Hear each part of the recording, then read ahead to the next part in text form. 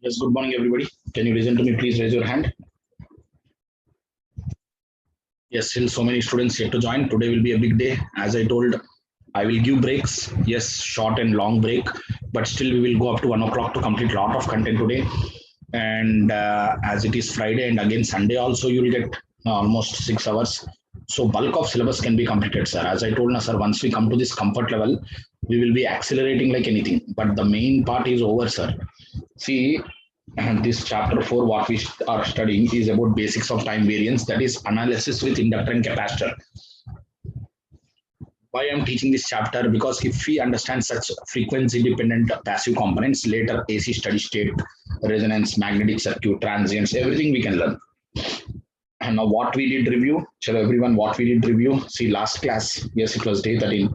We continue to do analysis with capacitors. I need to convert star to delta, but remember star to delta formula in capacitor similar like resistor, but reciprocate every term, including the left hand side. Then right side, I asked what is a loop capacitance. What is a loop capacitance? Okay. Then here I need what is CXY. I need what is CXY. But here it is an unbalanced bridge. So we converted one of the delta into star and then series parallel. Then this was a physical model where parallel plate capacitor has been polarized to exhibit capacitance, and then we simplified it using lump parameters. We simplified using lump parameters, and we got the answer as 3 C farads. Then the same model here you see dielectric material is inserted full distance but half area. Okay, full distance but half area. It is like parallel model because voltages are equal for air part of the capacitor and dielectric part, but charge density is different. But in the right side, dielectric material is inserted to full area but half distance. It is like series model of capacitor where charge density is uniform. Yes, charge density is uniform, but voltages are different. So this is series model. Then I studied about, yes, capacitive network shown. Here we determine the steady state voltages, charges. Okay, steady state voltages, charges, energy, law of conservation of energy, and law of conservation of charge. Okay, that was very interesting. And in this process, I was explaining how capacitors will divide the voltage. Like in inductors, current division, flux linkage, and Faraday's law. Here in capacitors, the charge, yes, Coulomb's law. Okay, that was very voltage division. Such basics are important. Then after proving this, then we came to, yes, double capacitor ideal case. Yes, that was very interesting. So before change in when it connected to DC, total energy, total charge, but the moment we separate, then total charge is this. Then we respected law of conservation of charge, and both are connected with like polarities together. Then we got this. Okay. Yes. Now the proof will come from Laplace mathematics, and both are 8 volts. Okay. We verified law of conservation of charge, but it doesn't mean that we are violating law of conservation of energy because it is an ideal case. This is the way I explained that some part of energy has been utilized to redistribute the charge. Yes, to redistribute the charge. Okay, to maintain constant equal voltage. But yes, if it was a practical capacitor, I would have said losses occur in the wire or dielectric resistance, etc. But here I cannot prove that now. So this is the point to be explained. Then yes, then we came to Ohm's law concepts. I gave a triangular or DC rippled current, and for that, what is the voltage? Okay, and we evaluated everything with Ohm's law. Then this was very interesting, Kirchhoff current law for 2 different signals. Okay, then we came to ratings, dissimilar rating problem. Okay, maximum safe voltage and charge, and similar rated problem. Okay, connection to reach the rating. Okay, that is how we completed everything. Yesterday I gave my number, but I got only one student asking doubt. Okay, but today afternoon you asked doubts of yesterday also. Okay, everybody, is it okay? Raise your hand. Because now morning I want to go ahead with new topics, sir. Because now if I start doubt session, sir, it will waste our time in irritation. So somewhere 12:30, 12:45 or 1 o'clock I will stop. Then you can ask doubts of today as well as yesterday's. Okay, you remember all these things, and I gave the notes also, na, sir, that you revise in the break and ask doubts. Okay. So now let us go ahead, sir. This will be very big because now DC steady state is perfectly over. Everyone please understand. Yes, DC steady state is perfectly over, and basics of time variance inductor capacitor is also perfectly over. Okay, na? DC steady state is perfectly over, and basics of time variance inductor capacitor is also over. Yes or no? Yes, both are over. Now we will go to AC steady state. Yes, now we are coming to chapter 5. Yes, in my classification, I call this as chapter 5. Yeah, everybody, we are starting AC steady state.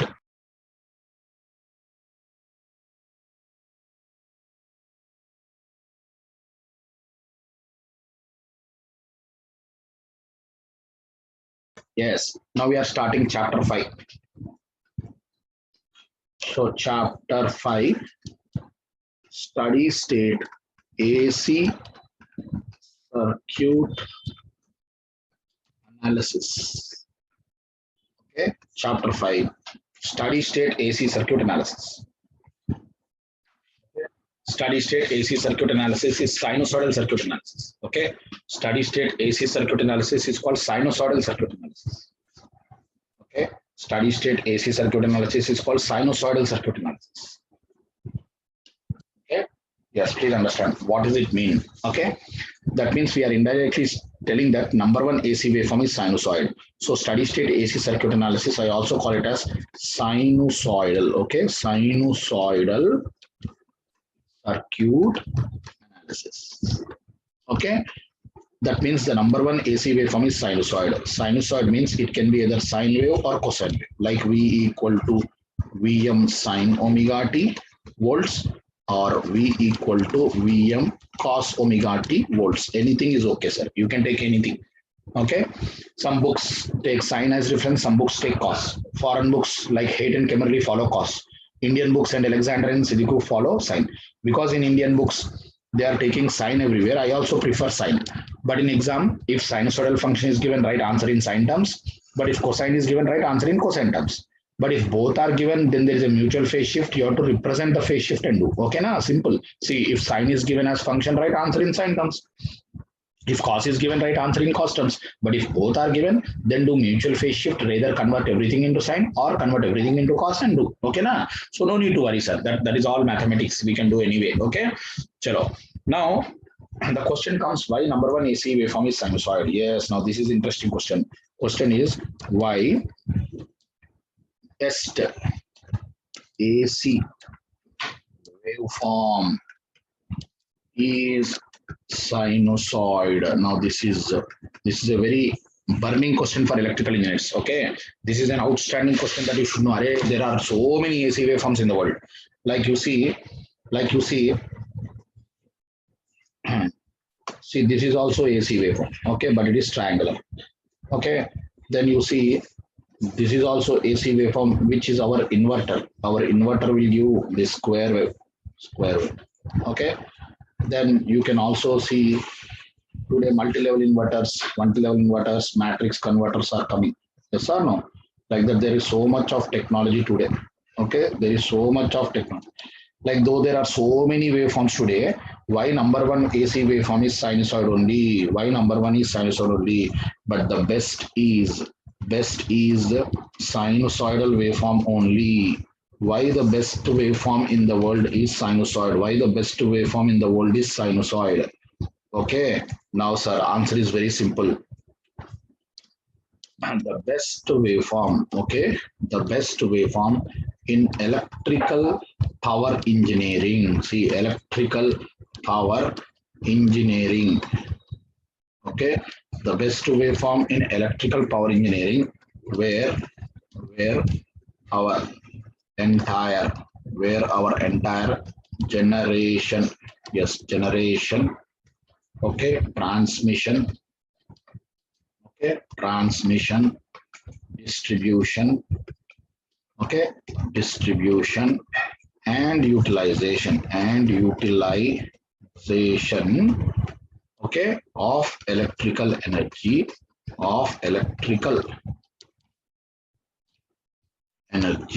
okay, where our major components,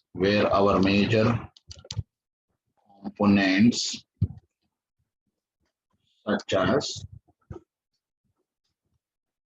alternators, transformers, transmission lines, and induction motors, okay, gives us highest efficiency, okay, or gives highest efficiency, highest efficiency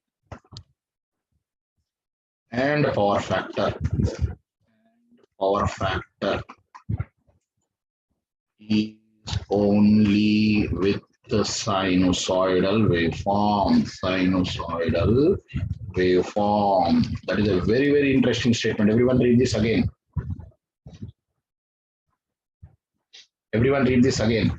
The best waveform in electrical power engineering, where our entire generation, transmission, distribution, and utilization of electrical energy, where our major components such as generator, transformer, alternator, generator, synchronous generator, transmission lines, and induction motors give highest efficiency and power factories with sinusoidal only. That is a very, very outstanding statement.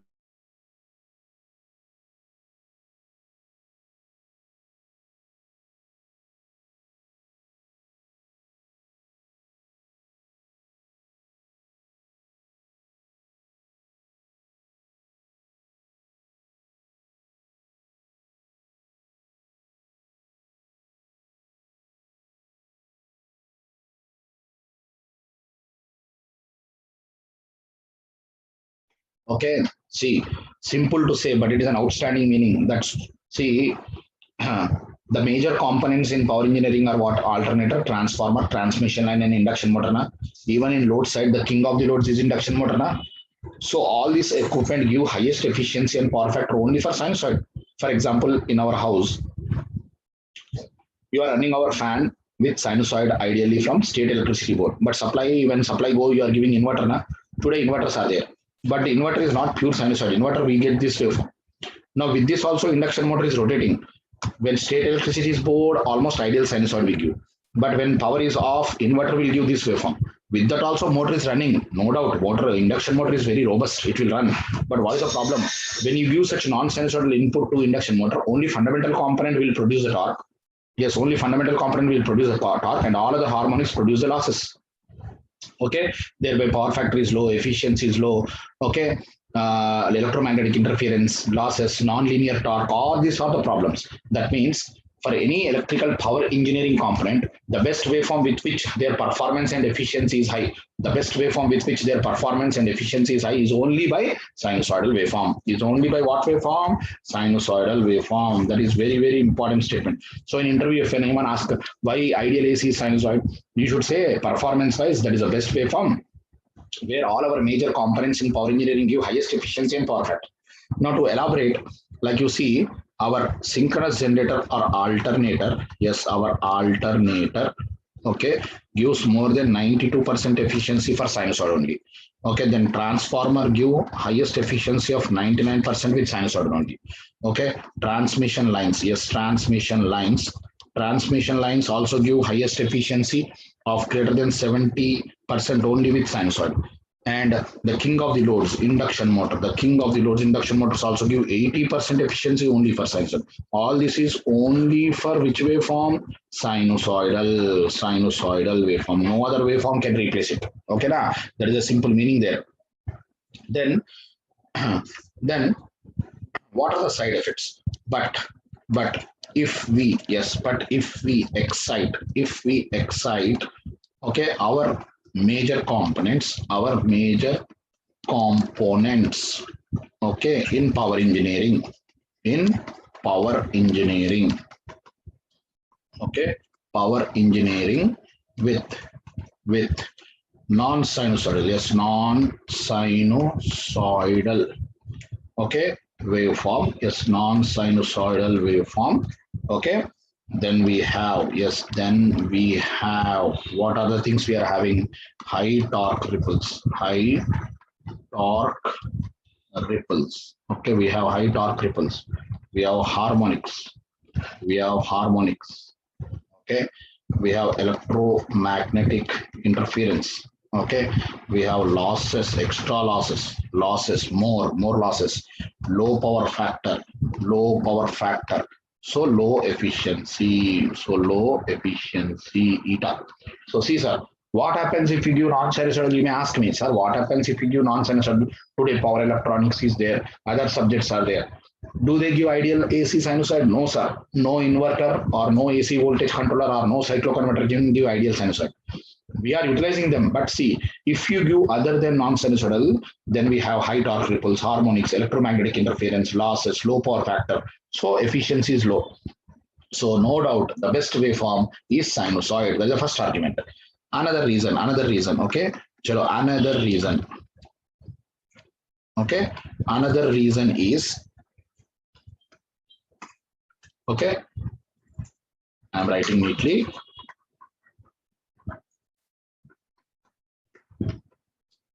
Okay, what is another reason to understand? One more small reason.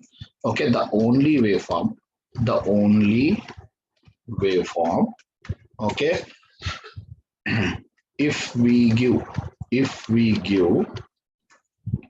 as input, the only waveform if we give as input to any linear circuit will also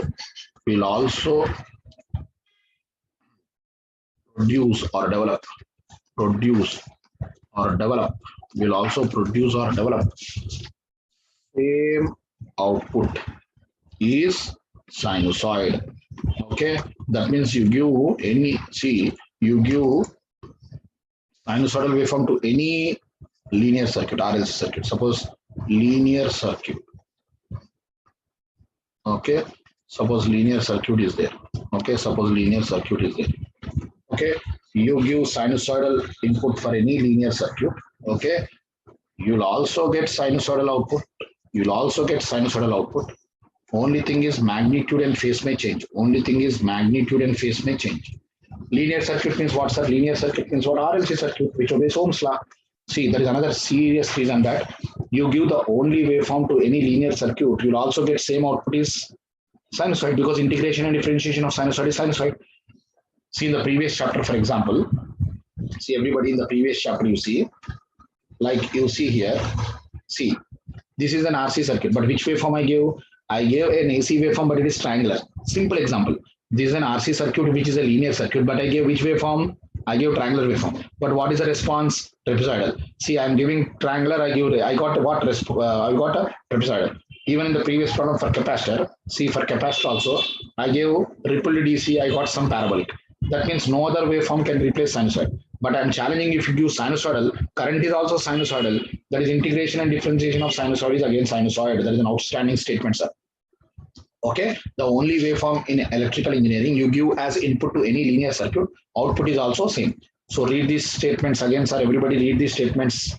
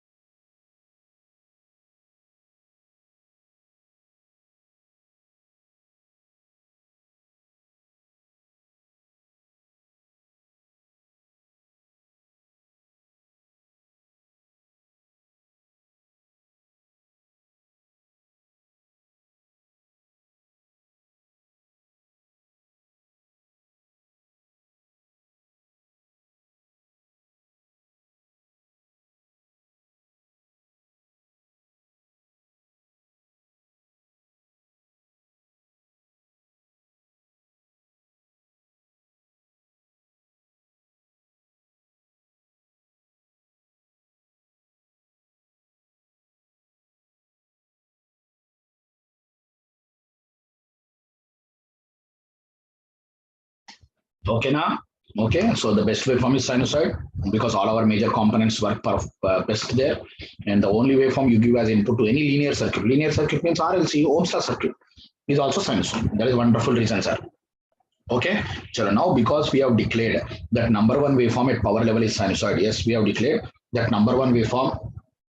Yeah, today class timing is up to 1, sir. I told you, is it okay? Everybody, yes or no? Okay, so please, sir, we will go as much. Okay, so today class timing is up to 1 o'clock. Okay, chalo, everybody now listen. Today will be very important, sir. Just concentrate and keep listening. I will share notes at the last. Now listen. So once we declare that number one AC waveform is sinusoid, now let us learn about this waveform. Let us learn a lot of mathematics about this waveform. Okay, na? Let us learn a lot of mathematics about this waveform. Okay, na? We represent this waveform in 3 domains. Okay, like a radian mode. Okay, na? In radian mode. In radian mode, we write V equal to Vm sine omega t, where omega t is in radians. Okay, na? Yeah, omega is in omega t is in radians. So the same waveform, if I represent in radian mode, yes, I will write like this.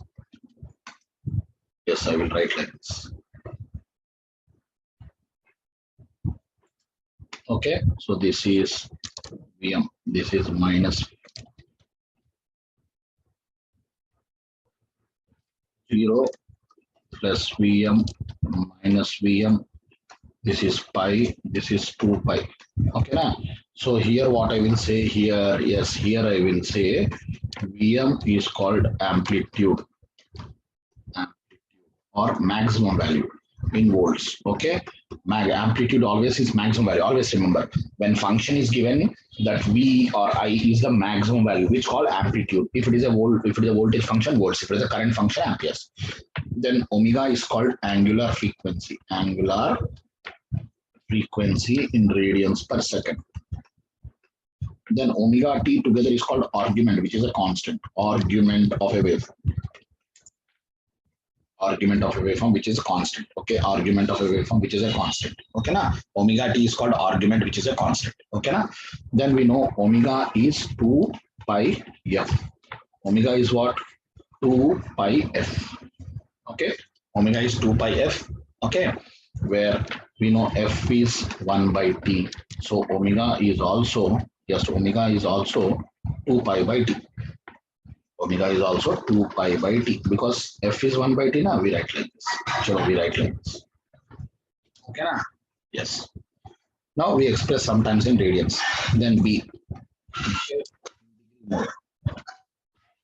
Degree mode, like v equal to Vm sine theta, where theta is in degrees.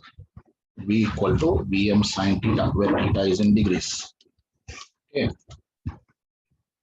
Now if I show this in degrees, yes, again this is 0, this is V maximum positive, this is V minimum negative. Okay, this is pi. Okay, degrees na, sir, I should show now here. Yes, degrees now, this is like 180 degrees, this is 360 degrees. One cycle is 360 degrees. Okay, now this is in degree mode. Okay, we show in degree mode. Then we also show in time mode, time domain, normal time domain, where V equal to Vm sine omega, but omega is 2 pi by t into t. Okay, because we wrote already omega is 2 pi by t into t. Like we can express as full cycle, half cycle, time in seconds or milliseconds, etc. Okay. Okay, this is now time, normal time. This is V. Now I'm expressing the same waveform in time domain. Okay, I'm expressing the same waveform in which domain? Time domain. Okay, now time domain. This is plus Vm 0. This is minus Vm. Okay, now this will be something like t by 2, t, etc. Okay, t by 2, t, etc. Okay, now t by 2, t, etc. Okay, so radian mode, okay, degree mode, and even time mode. Okay, radian mode, degree mode, even time mode. Okay, now all are important, sir. Now in India, yes, one thing we know in India, for frequency, power system frequency of 50 hertz. In India, for power system frequency of 50 hertz, one time period is 1 by 50, that is 20 milliseconds. Okay, in India, for frequency of 50 hertz, one time period is 1 by 50, that is 20 milliseconds. One time period is 1 by 50, 20 milliseconds. So omega is 2 pi f.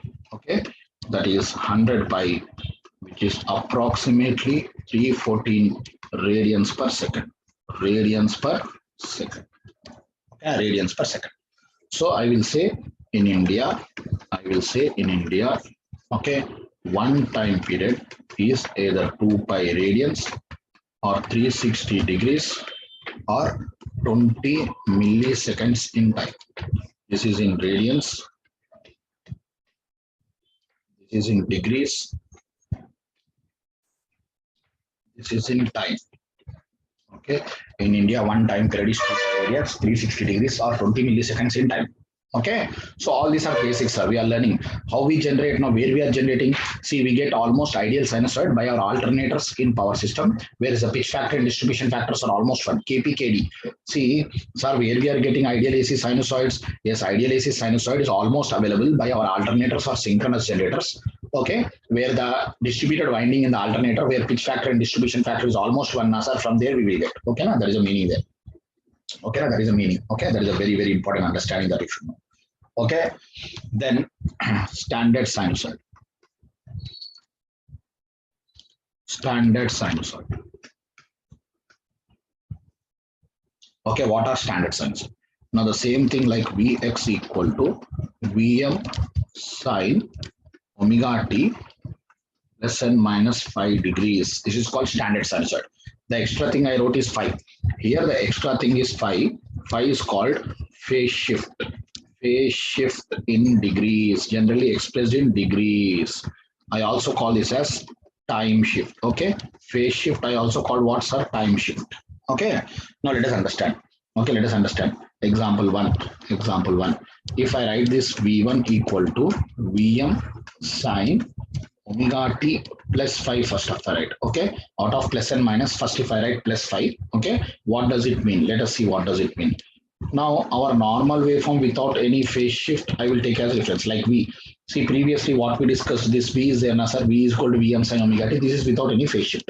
So that if I take first as reference dotted waveform, first I take it as a reference dotted waveform. Yes, first if I take it as a different dotted waveform, this is V. Then where is this V1 coming? Then where is this V1 coming? Yes, where is this V1 coming? Now you see at omega t equal to minus 5, at omega t equal to minus 5, it will start. V1 omega t equal to minus 5, it will start. That means it is starting at minus 5 here. Okay, so that means this waveform will be somewhere ahead of this V by 5 degrees. That is the meaning there. So this will be, yeah, this will be like V1. This will be what waveform? V1.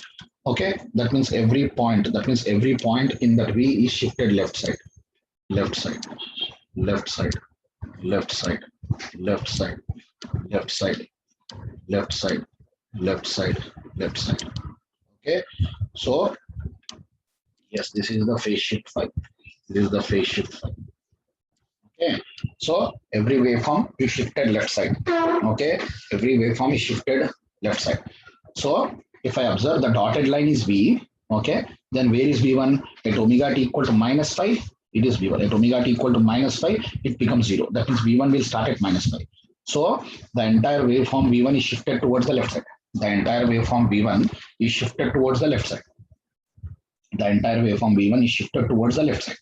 Okay, now I can say, yeah, I can say meaning is that V1 comes early than V by 5 degrees. V1 comes early than V by 5 degrees. And V1 leads, okay, V1 leads V by 5 degrees. So plus 5 in the waveform is like leading. Plus 5 in the waveform is like leading.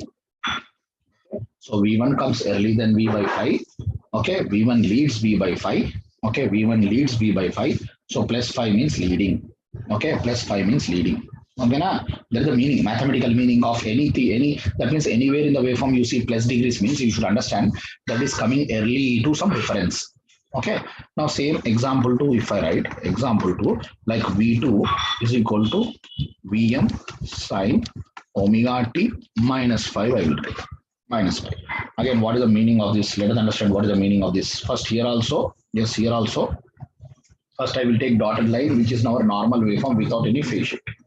I will take normal waveform without any phase shift. This is our normal V. Okay. Now where is V2? Now where is V2? At omega t equal to plus 5, this becomes 0 now. See, this V2 becomes 0 at omega t equal to plus 5. Plus 5 means yes, here. It will start here. So correspondingly, if I plot V2, it will be shifted towards the right side in the plane. Okay, right side in the plane. Okay. So this is like V2. This is like V2. Okay, this is like V2. Okay. So this is how much? Yes, this is how much? It is 5. This is how much? Which is 5. Okay, that means I will say the waveform is shifted right side, right side, right side, right side, right side. So it is shifted right side. That is the meaning. That is the meaning. So what I can argue here, what I can argue that V2 comes late than V by 5 degrees. Yes or no? V2 comes late than V by 5 degrees. Okay, that means V2 lags. V2 lags V by 5 degrees. So minus 5 in the equation means lagging. That is how you have to remember. So anywhere if you see, yes, anywhere if you see that minus some angle, that means you should understand that it is coming late by that degrees, that many degrees. Okay, that is a meaning, that is a mathematical meaning. Now who is creating this phase shift? Who is creating this phase shift? Yes, this phase shift is created by whom, sir? The phase shift is created by the time varying electromagnetic field and electrostatic field. The time varying electromagnetic field in inductor will lag the current, and the time varying electrostatic field in capacitor will allow the current to lead. So who is doing this means, yes, who is doing this means, yes, the electromagnetic field and electrostatic fields will do, sir. That is the reason. Okay, I will talk all mathematically. See, physically we cannot explain in electrical engineering. First day itself I told, na, sir, if electrical engineering can be understood physically, everything would have been very simple. Okay, but we cannot argue physically because nothing we can see and feel. We will argue mathematically. Okay, chalo, that is the first meaning, that number one waveform is sinusoid, and that sinusoid we can represent in radian mode, degree mode, time mode. Then what is standard sinusoid? Standard sinusoid is with phase shift. Okay, standard sinusoid is with phase shift. Okay, plus 5 means leading, coming early, minus 5 means coming late.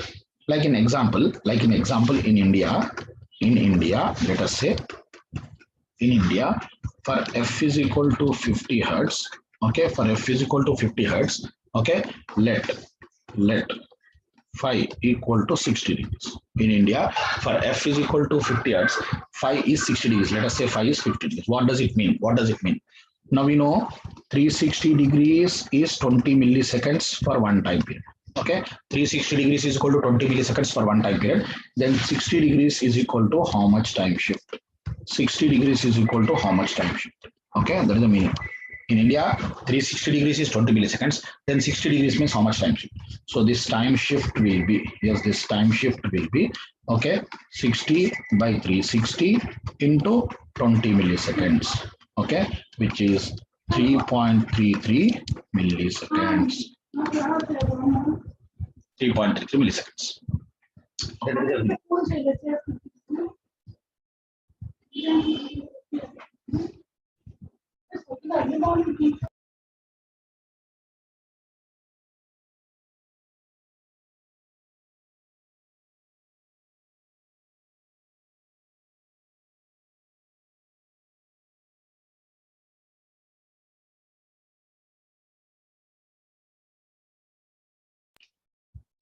So in India, frequency is 50 hertz, then phase shift phi is 60 degrees. So 360 degrees corresponds to 20 milliseconds and 60 degrees correspond to 3.3. Like that, if I say in India, current lags voltage by 60 degrees, suppose in India, current lags voltage by 60 degrees. Okay, what does it mean? That means current waveform is coming late to voltage waveform by 3.33 millisecond. Suppose if I say flux is leading voltage by 60 degrees in India. Flux is leading voltage by 60 degrees in India means, yes, flux is leading voltage by 60 degrees in India means I will say flux waveform is coming early by 3.33 milliseconds in India. If it is abroad like US, they are 60 hertz. For them it is different. But for us in India, 360 degrees corresponds to 20 milliseconds. Then 60 degrees corresponds to how much time? This much, like that. Okay, na? That is how we all talk in degrees, but actually it is time, and that too it is very fast, na, sir. Our waveform is so fast because in 1 second 50 cycles, 1 second 50 cycles, na, sir. See, our waveform is so fast that in 1 second 50 cycles. That means each cycle will be hardly 20 milliseconds and half cycle will be 10 milliseconds. So it is a very fast moving waveform. So that is the meaning that 60 degrees phase shift means 3.33 milliseconds, sir. That is the meaning. Now, see, unlike DC, yes, unlike DC, DC was very simple waveform. We know ideal DC was like this. Okay, we already learned ideal DC circuit analysis. Yes, if you talk about ideal DC waveform, yes, it is always constant. It is like this. Okay, ideal DC is like this. But now suddenly we are telling that yes, this is not the best waveform at power level. At signal level, this is number one waveform. But at power level, what is the number one waveform we have concluded? Yes, sinusoid. Yes, the number one waveform at power level is which waveform? That is sinusoid. Okay, the number one waveform at power level is which sinusoid? Which is sinusoid. Okay, na? Yes, which is sinusoid. You know that. Okay, na? Now there is a big problem. Why? Now this waveform is not so simple. Like DC, it's always constant. Wherever you do, answer is same, analysis is same. So instantaneous analysis is also steady state analysis, because in DC, if you take 10 volts and do problem, it is 10 volts everywhere. But in AC, 0 is also answer. Like plus VM is also answer, minus VM is also answer, VM by 2 is also answer. So every point will be important. Now no one will do it every point. And moreover, here signal may come leading, like signal may come leading. Okay. Yes, signal may come leading, signal may come lagging. Okay, then we know even frequency may change. So all these are the problems in AC, sir. That is, all these are the problems in AC. DC was so simple that is always uniform. Anywhere we get same answer. But in AC sinusoid, yes, magnitude is changing, frequency is changing, phase and polarity is changing, leading, lagging. All these are the problems going on, sir. All these are the biggest problems going on in AC. All these are the biggest problems going on in AC. Then how to do analysis? To make it simplify, okay? To simplify AC circuit analysis, okay? To mathematically, yes, to mathematically, okay, simplify AC circuit analysis, okay? AC circuit analysis, okay, with sinusoidal excitation, with the sinusoidal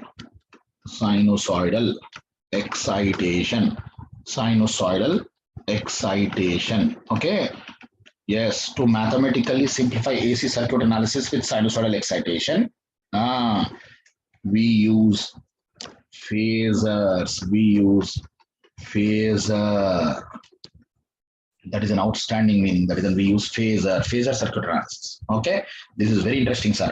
Because AC waveform magnitude is changing, phase is changing, polarity is changing, everything keeps changing, sir. Then how to do circuit analysis means we do phasor analysis. What we do, sir? We do phasor analysis. Okay, that is very, very interesting. What we do phasor analysis. Okay, now what is this phasor? Now very, very interesting. Very, very, very, very interesting, sir. Okay, what we do phasor analysis.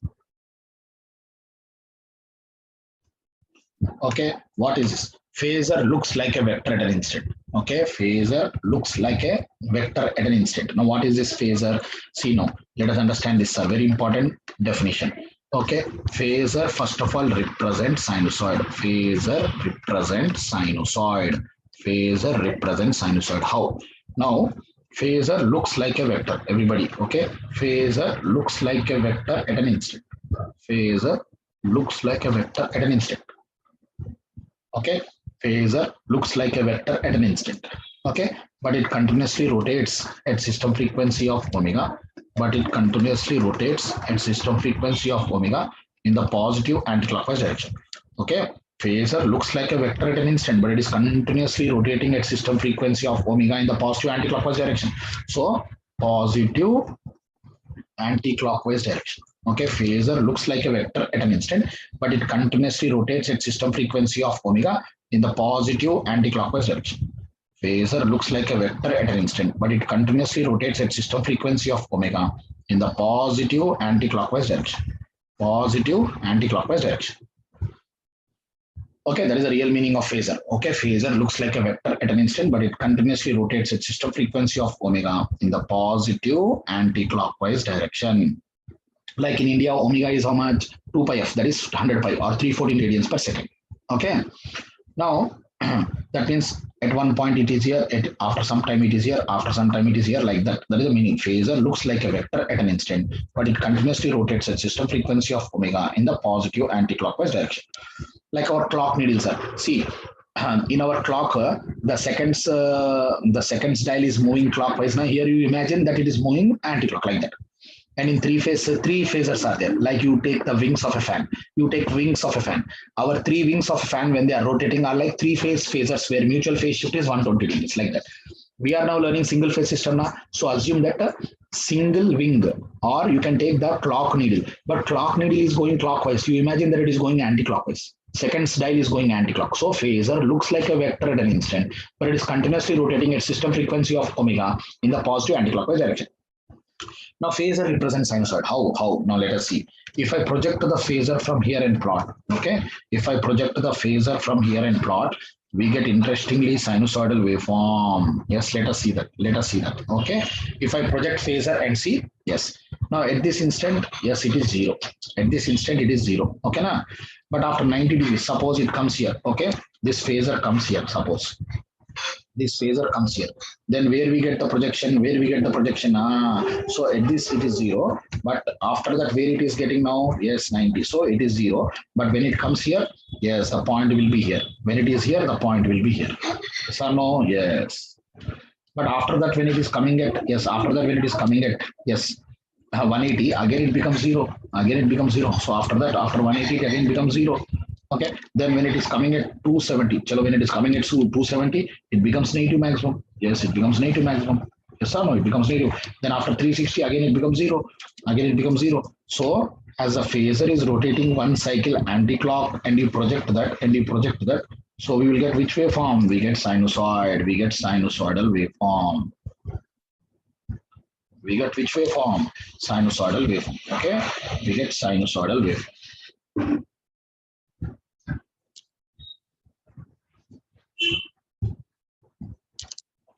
Yes, for one cycle of rotation. Yes, for one cycle of rotation, we get one sinusoid. That is the meaning. Okay, so as you rotate and project, so if phasor is here, we get maximum. Phasor is here, zero. Phasor is 180, again zero. So for one cycle of phasor rotation, and if you project it, looking from left side, see this left arrow I'm showing. So look from here. So if you look from here and project the phasor, yes, you get sinusoid. So phasor represents sinusoid. Okay, now what we do now in this chapter, we cannot do analysis to all the points. Okay, we cannot do analysis to all the points. Okay, we cannot do analysis, but we will take one point in the waveform. Now what we will do, yes, we will take one point in the waveform. Okay, P. Now that point corresponds to which phasor position? See, P is here now. Yes, P is here. Okay, if I project that, yes, phasor would have come here. That is the meaning. This point P is this position, but that P corresponds to this value now. This value, like if it is zero, it is some theta. Then this also become theta. Then this also become theta. Okay. Yes. If this is zero and if this is theta, this is also theta. Okay. This is theta. Okay. Now, yes. Now this value. So suppose if this is R value. Now what is the advantage? I will take one point in the waveform as one position, and that point is represented as phasor position in polar coordinate system like R angle theta. Suppose this magnitude is R. This P, which is a point in the waveform, which is a value, instantaneous value,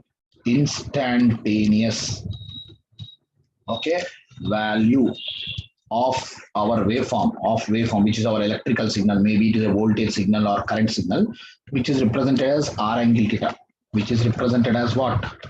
R angle theta. If it is voltage, I will write in volts. If it is current, I will write in amperes.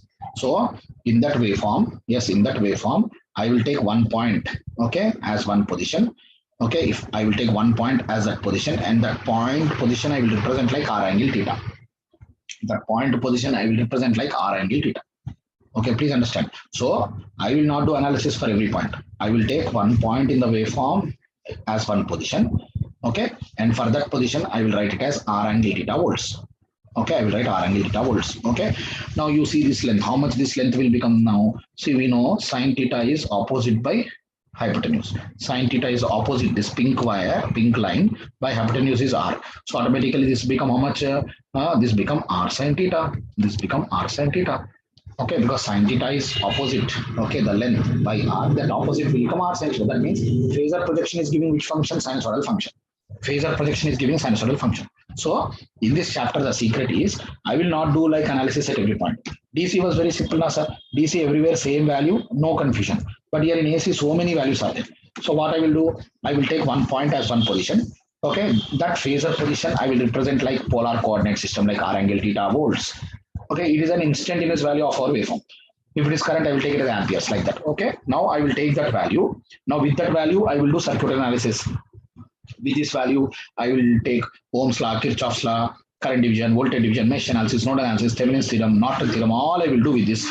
And later I will find the remaining branch voltages and currents and draw the phasor diagram. Later then what I will do, sir? I will draw the, yes, find the currents voltages of other branch currents voltages and draw the phasor diagram. And once I get the phasor diagram, now you project and rotate. Once I get the phasor diagram, now project and rotate, you get sinusoid. So yes, after doing calculation, okay, after calculation, yes, after calculation, draw phasor diagram. Okay, draw phasor diagram. That is important. Draw phasor diagram representing, yes, representing the remaining branch voltages and currents. Okay, na? Now project the phasor. Now project the phasor and rotate. Now project. Okay, na? Project the phasor and rotate. Yes, project phasor and rotate. We get sinusoid. We get what? Sinusoid. We get sinusoid.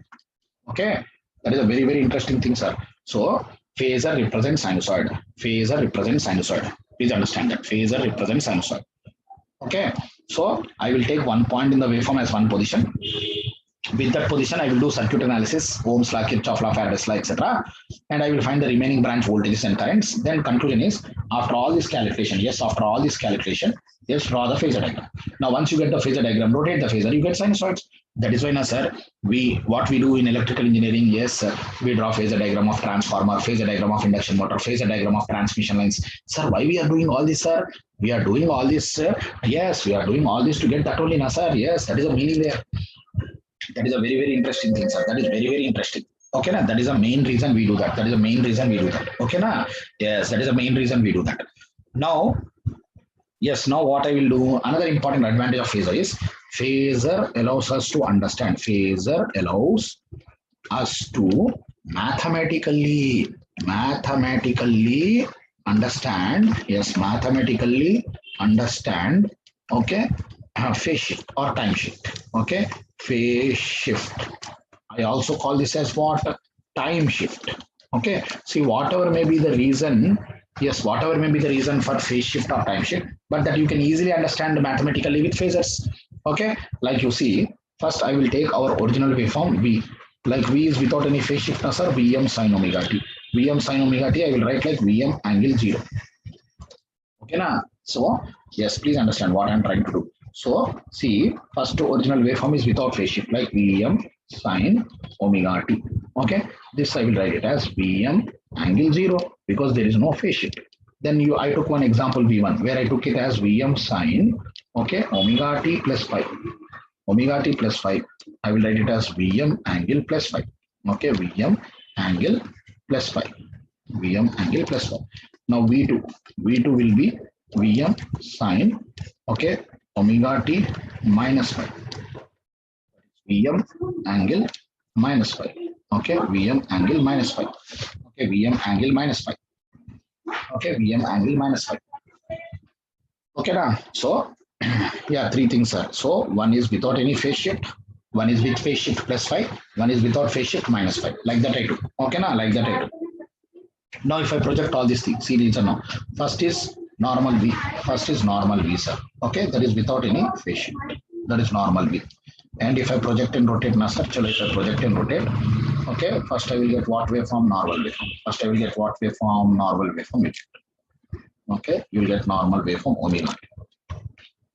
Okay, normal waveform omega. Starting from here, you will get normal waveform omega.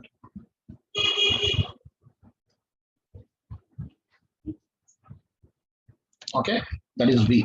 This is which waveform? V, and this is also V. This is also V. Okay, na? Then V1 is plus 5. So V1 is plus 5. So it is going, yes, here. Yes, V1 is plus 5. It is going here. Okay, and plus 5 is, yes, plus 5 is this side. Okay, so plus 5 means anti-clock now. Yeah, that means V1 will start here. This is V1, sir. I should write neatly. This is our V1. V1 is plus 5 now, sir, above. Yeah, plus 5 means anti-clock. That means it starts here. Okay, it starts here and goes this side. So it is leading now. That is the meaning. That is the meaning of it. Okay, if you project and rotate, chalo, if you project and rotate, okay, yes, if you project and rotate, yes, this is the meaning of V1. Okay, this is the meaning of V1. But what about V2? V2 is minus 5. Minus 5 means clock, plus 5 means anti-clock, minus 5 means class. This is V2. This is V2. Okay, minus 5 means clock. That is the meaning of minus 5. Now, if you project where it is coming, yes, it is coming here. Okay, if you project and rotate, yes, this will come here. This will come here.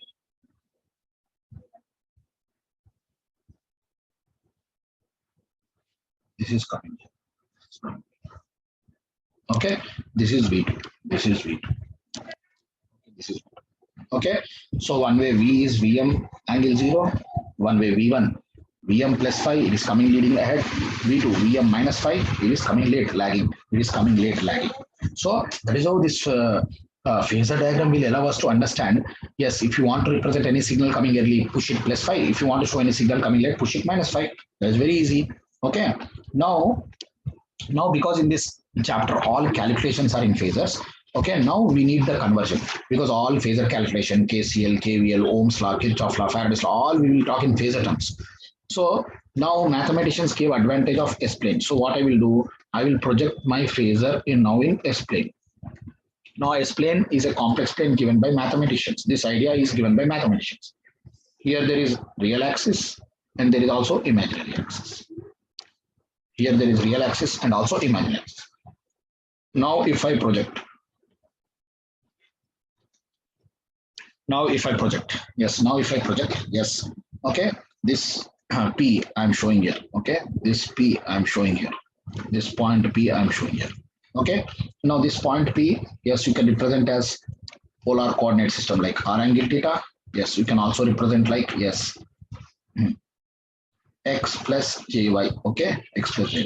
Now this point P, which is our waveform, yes, this point P, please understand this point P, which is the instantaneous value,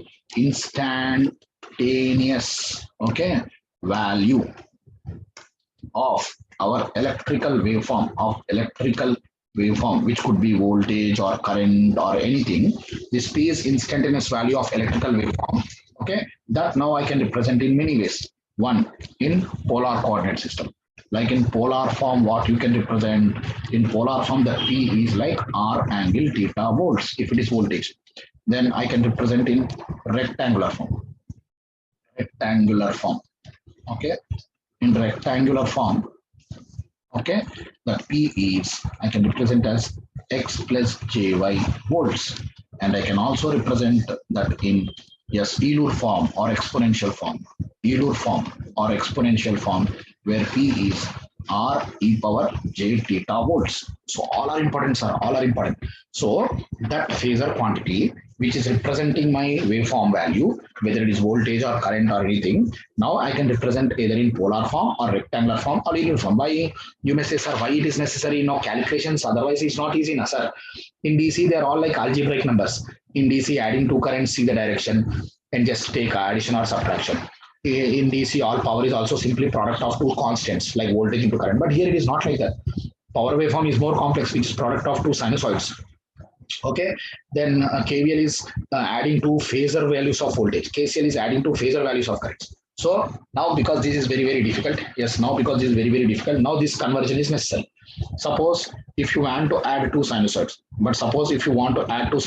yes, if you want to add two sinusoids, okay, then better represent in rectangle. If you want to add two sinusoids, better represent in rectangle. Okay, yes, addition, subtraction, rectangle, multiplication, division, polar. Okay, then other complex like root, square root, etc., you represent as Euler form. Okay, so for addition, subtraction, rectangular. Okay, for multiplication, division, polar, and for other waveforms like square root, etc., Euler form. Okay, Euler form. That is the meaning there. That is the real meaning there.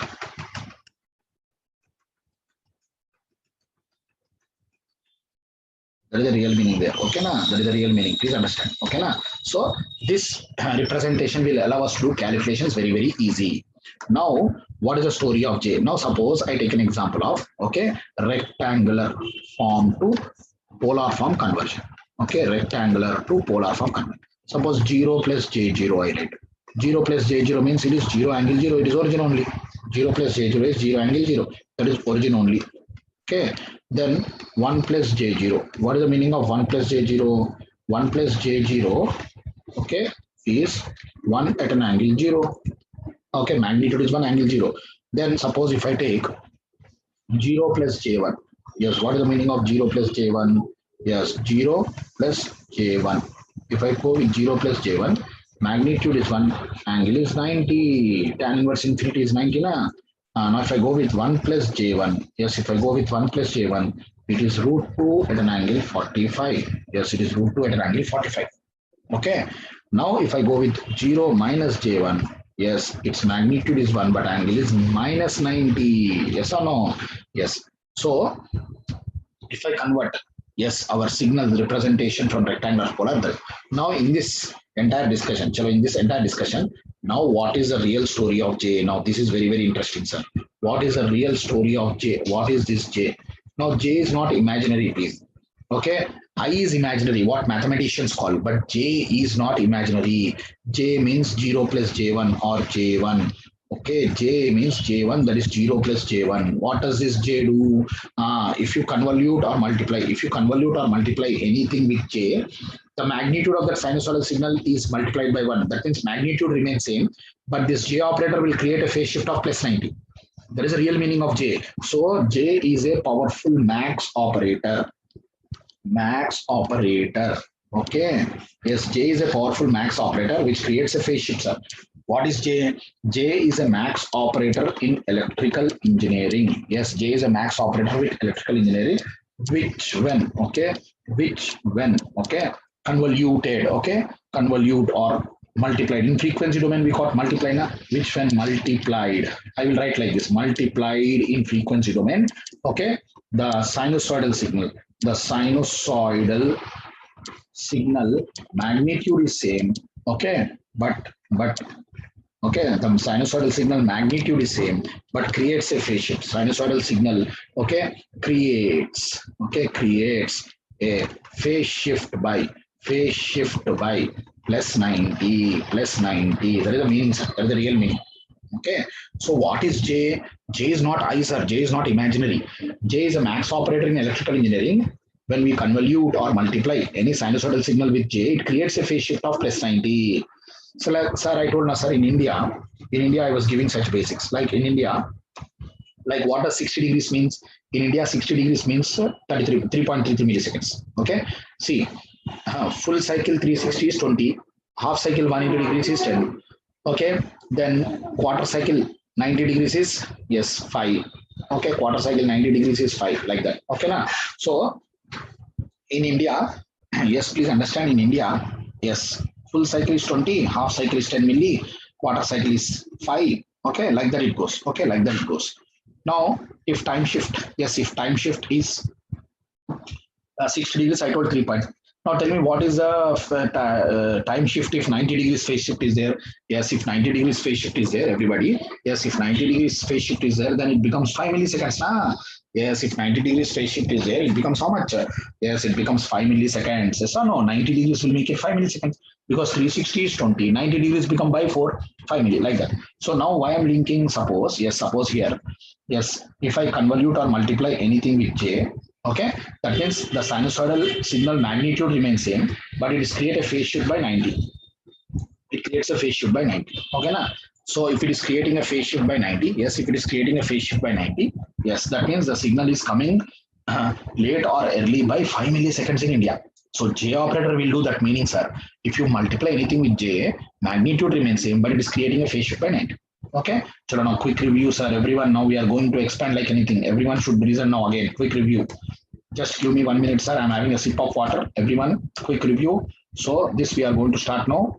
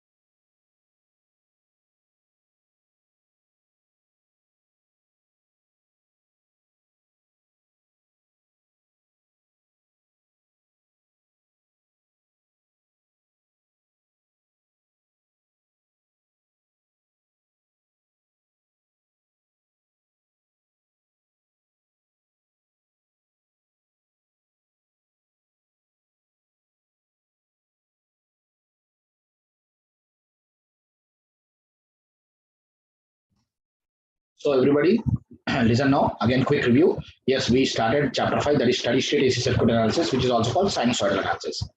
Okay. Why number one AC waveform is sinusoid? Though there are so many waveforms, this is best because all our major components in power engineering will give highest efficiency and power factor only for sinusoid. Okay. It does not mean that they won't work other than sinusoid. They may work, but the problem are these side effects like high torque ripples, harmonics, electromagnetic interference, losses, low power factor, etc. So all these are the negatives, but sinusoidal is the best. Another reason is the only waveform you give as input to any linear circuit will also give similar output is sinusoid, because integration and differentiation of sinusoid is sinusoid. Only magnitude and phase may change. Okay, only magnitude and phase may change. Then we represent this sinusoid in radian mode, degree mode, and time mode. Okay, na? In radian mode, this is degree mode and time mode. Okay. Then in India, yes, in India, we got 50 hertz. 50 hertz is 20 milliseconds. That is 340 radians per second. Okay. In India, one time period, yes, in 2 pi radians or 360 degrees or 20 milliseconds in time. Standard sinusoid is with phase shift. Plus means leading coming ahead, minus means lagging coming late. Okay. In India, 50 hertz, phase shift is 60 degrees. Example means it is shifted by 3.3. To understand this waveform, we introduce phasor. Phasor looks like a vector at an instant. So any point in the waveform we represent as a phasor position as instantaneous value, and with that value we do calculation applying Ohm's law, Kirchhoff's law, Faraday's law. Okay, and we draw the phasor diagram of the entire circuit. Once we get the phasor diagram, we rotate the phasor to get the sinusoid. Now phasor also allows us to understand the concept of phase shift or time shift. Plus means leading coming ahead, minus means lagging coming late. Okay, that is the meaning. Now in this discussion, yes, we can represent our electrical quantities in 3 ways: polar form, rectangular form, Euler form. With that only calculations become easy. And what is the story of J operator? J is a max operator which when operated on electrical signal, especially sinusoidal signal, yes, its magnitude remains same. Its magnitude remains same, but it is creating a phase shift by 90 degrees. It is creating a phase shift by 90 degrees. So now with these basics of phasor and J operator, yes, now we will modify Ohm's law now. So now I am writing phasor relation between voltages and current in passive elements.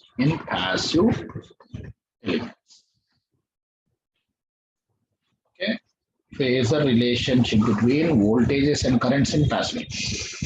Okay, phasor relationship between voltages and currents in passive elements. In that A, resistor. Okay, in that A, resistor. Suppose if I show resistor. Okay, suppose if I show resistor.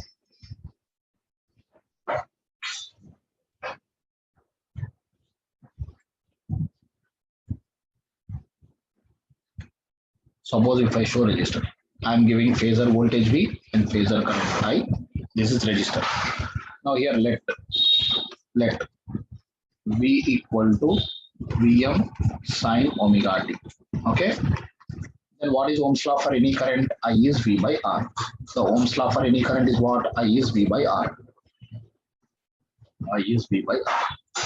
So if I apply here, I is V. V is Vm sine omega t by R. Okay, Vm sine omega t by R. Now we know resistor is independent of frequency and resistor will affect only the magnitude. Okay, so that I will write it as Vm by R sine omega t. That means because resistor is independent of frequency, it will only affect the magnitude. So this I will be something like Im sine omega t. Okay, that means mathematically I proved that. Yes, mathematically I proved that if I give sinusoidal voltage to resistor, current is also sinusoidal. Current is also sinusoidal of different magnitude. That depends upon the R value. Yes, if I give sinusoidal voltage to resistor, current is also sinusoidal. Okay, current is also sinusoidal of different magnitude. Okay, if I give sinusoidal voltage to resistor, current is also sinusoidal. Okay, of different magnitude, but it will not create any phase shift. It will not create any phase shift. So resistor is an in-phase element. Of course, the magnitude of current depends upon the R value. Like if R is large, small current will go. If R equal to 1, same magnitude of current will flow. If R is small, huge current will flow. Okay. So the modified Ohm's law here is V equal to IR. The modified Ohm's law is V equal to IR. Okay, which is the seventh form of Ohm's law, which is the seventh form of Ohm's law, seventh form of Ohm's law. Okay, see, I already gave an introduction 6 forms now. Now this is the seventh form. The only difference is these two are which waveform? Sinusoids. These two are which waveform? Sinusoids. So I conclude saying that resistor is an in phase element.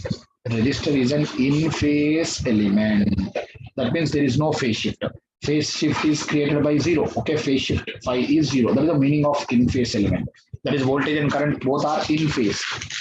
Now if you draw the waveforms,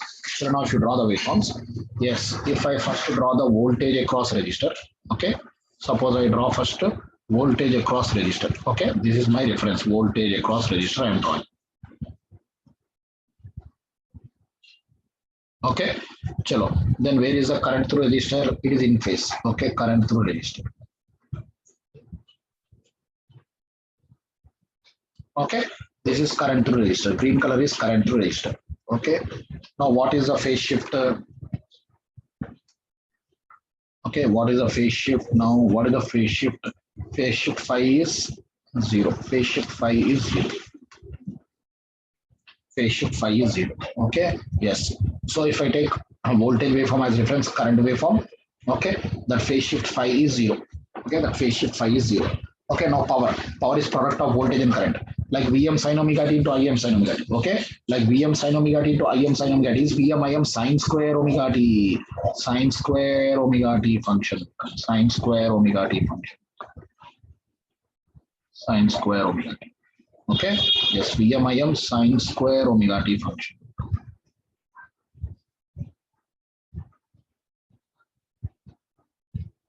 Okay, this is the power in resistor. Okay, so power is always positive. Why? Because positive into positive is positive, negative into negative is also positive.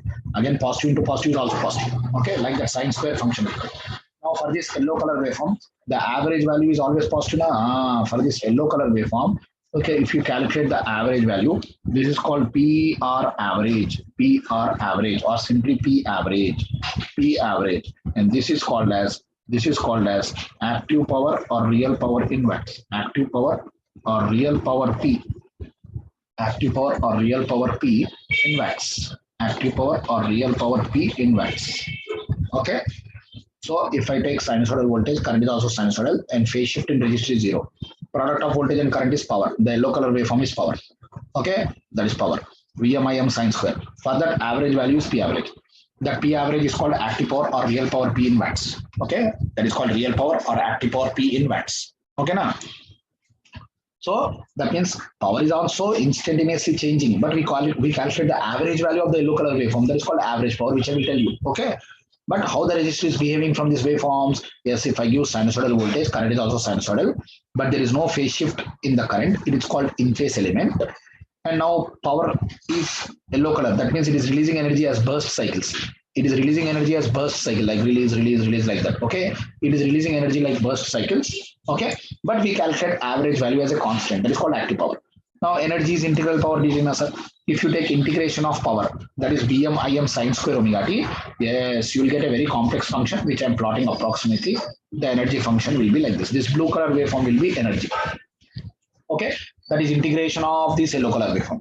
Very complex it is, but the meaning is this. So resistor will always convert and dissipate energy, but as burst cycles in this case. Okay, as a burst cycles.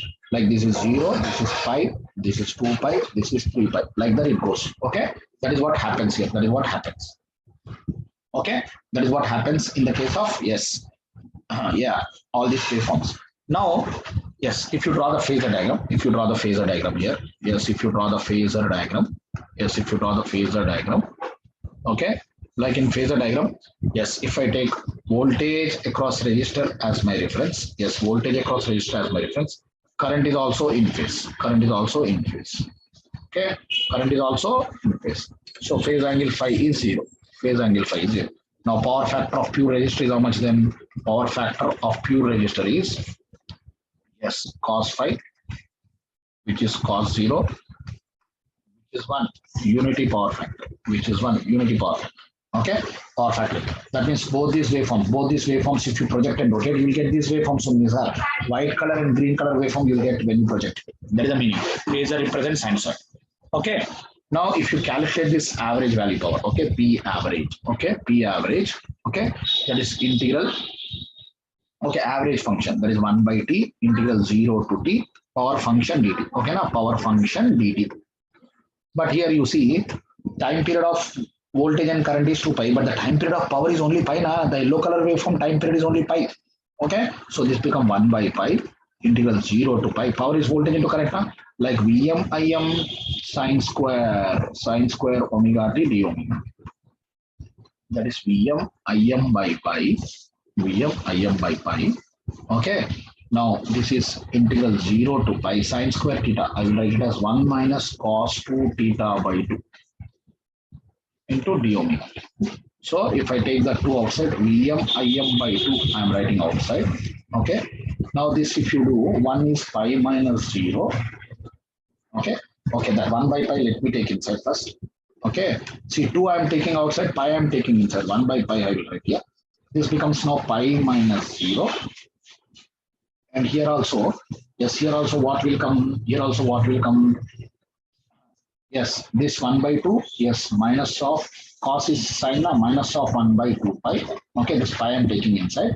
But again, sine 2 pi 0 minus sine 0, you will get something like this. This pi I am taking inside, so don't misunderstand. Now this is however 0. Okay, this is however 0. This is however 1. This is however 1. So we are getting with conclusion now. This P average will be simply Vm Im by 2 you will get. So now because this is 1, this is 0, you will get Vm Im by 2. There is nothing but Vm by root 2 into Im by root 2.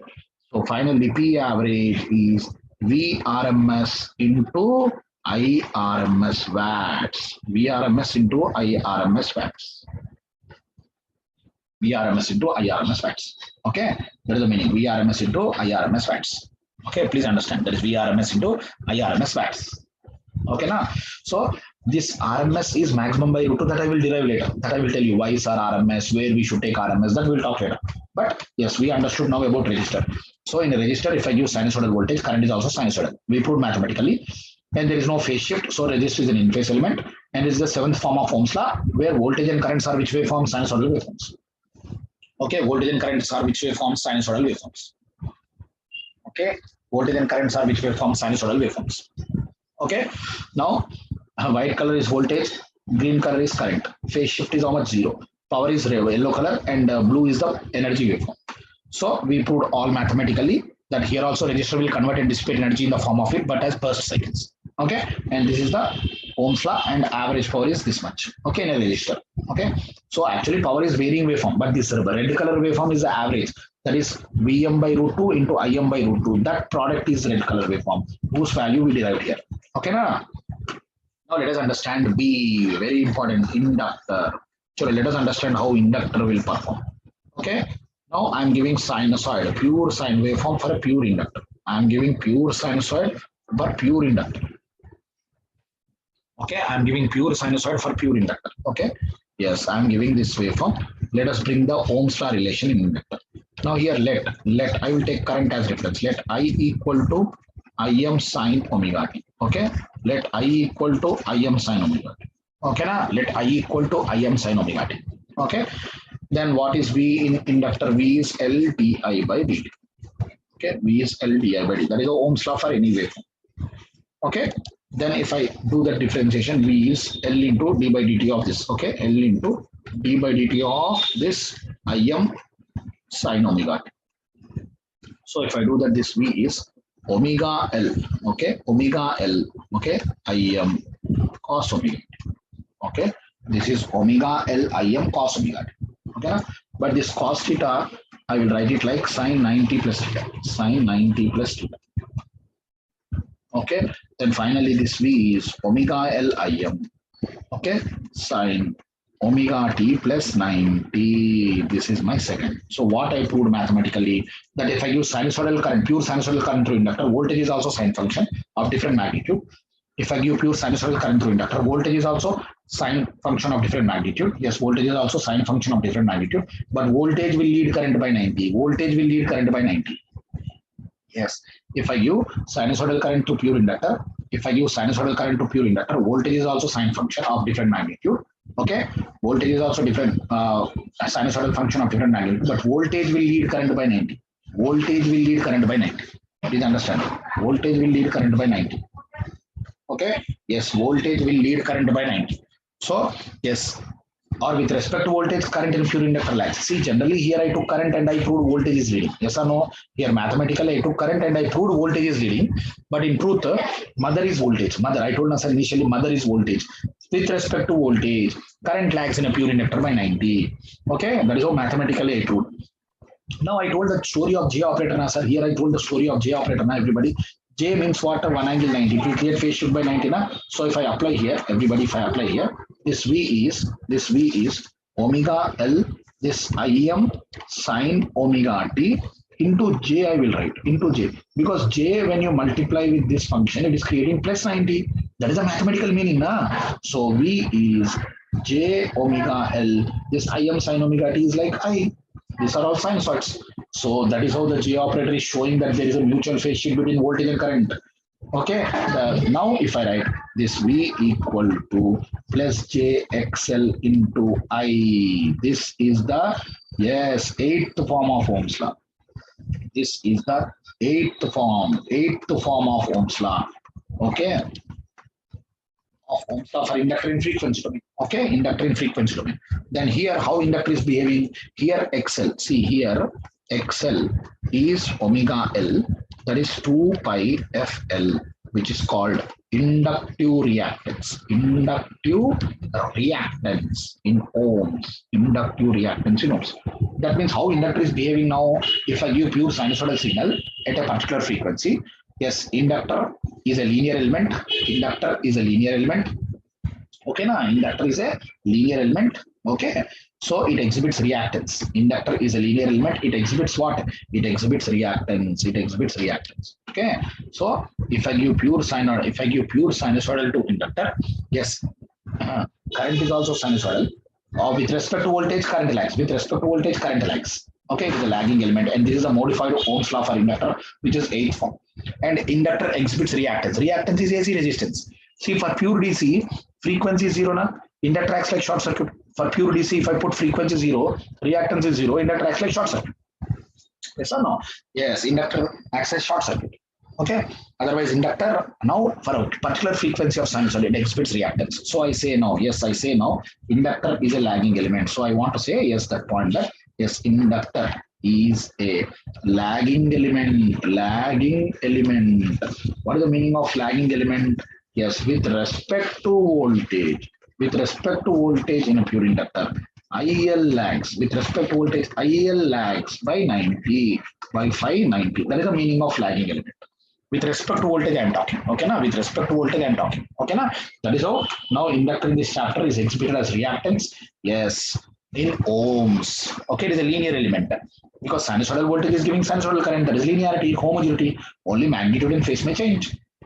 Proportionality exists, but the magnetic field around inductor will create a phase shift between voltage and current, and that I proved mathematically, sir.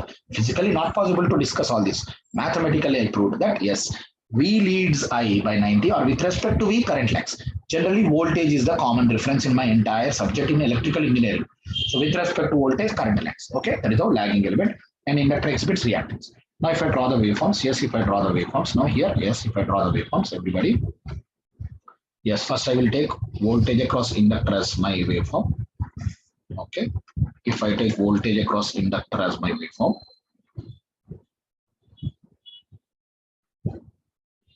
yes, this is voltage where current lags by 90. Current lags by 90. Okay, this current is lagging voltage by 90. Current is lagging voltage by 90. So this phase shift is how much? This phase shift is how much? 90 degrees. How much? 90 degrees. This is 90 degrees.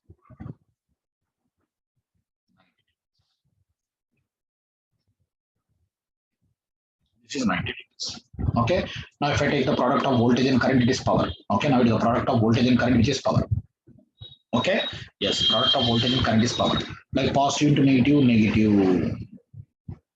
Both positive, positive. Positive to negative, negative. Both negative, positive. Positive to negative, negative. Both positive, positive, like that. So this is the power waveform inductor. This is what the yellow color waveform is, the power waveform inductor. But clearly, what is the average power here? Zero. Clearly visible, na sir. Average power in a pure inductor is zero. We proved it. See, in the previous chapter, when I was taking even inductor chapter, I gave one trapezoidal current and I asked voltage, which is pulse. And the power waveform average is zero. Now, there also we got here also zero. You give any time varying waveform, I will prove average power in a pure inductor is zero. What does it mean? It stores and releases energy, but average will be zero. Yes, that is the meaning. Yellow color waveform. Because positive area equal to negative area, average power in a pure inductor is zero. Then what about energy? Now what is the state variable in inductor? I told sir, state variable inductor is inductor current. Now see this green color waveform and plot energy. Like here, at zero degrees, okay, current is negative maximum. So energy is also maximum. Current is negative maximum, so energy is also maximum. At 90 degrees, current is zero. Half L square, energy is also zero. Energy is also zero. Okay. And again, at this 180 degrees, current is maximum. So energy is maximum. Energy is maximum. Okay. Again, at this point, which is, 270 degrees, current is zero. So half L square is zero. Okay. Again, here at 360 degrees for the voltage waveform, current is negative maximum. So energy is also maximum. Energy is also maximum. And again, it is zero. And again, it is maximum. So this blue color waveform is energy in inductor. Blue color waveform is energy in inductor. Blue color waveform is energy in inductor. Okay, na?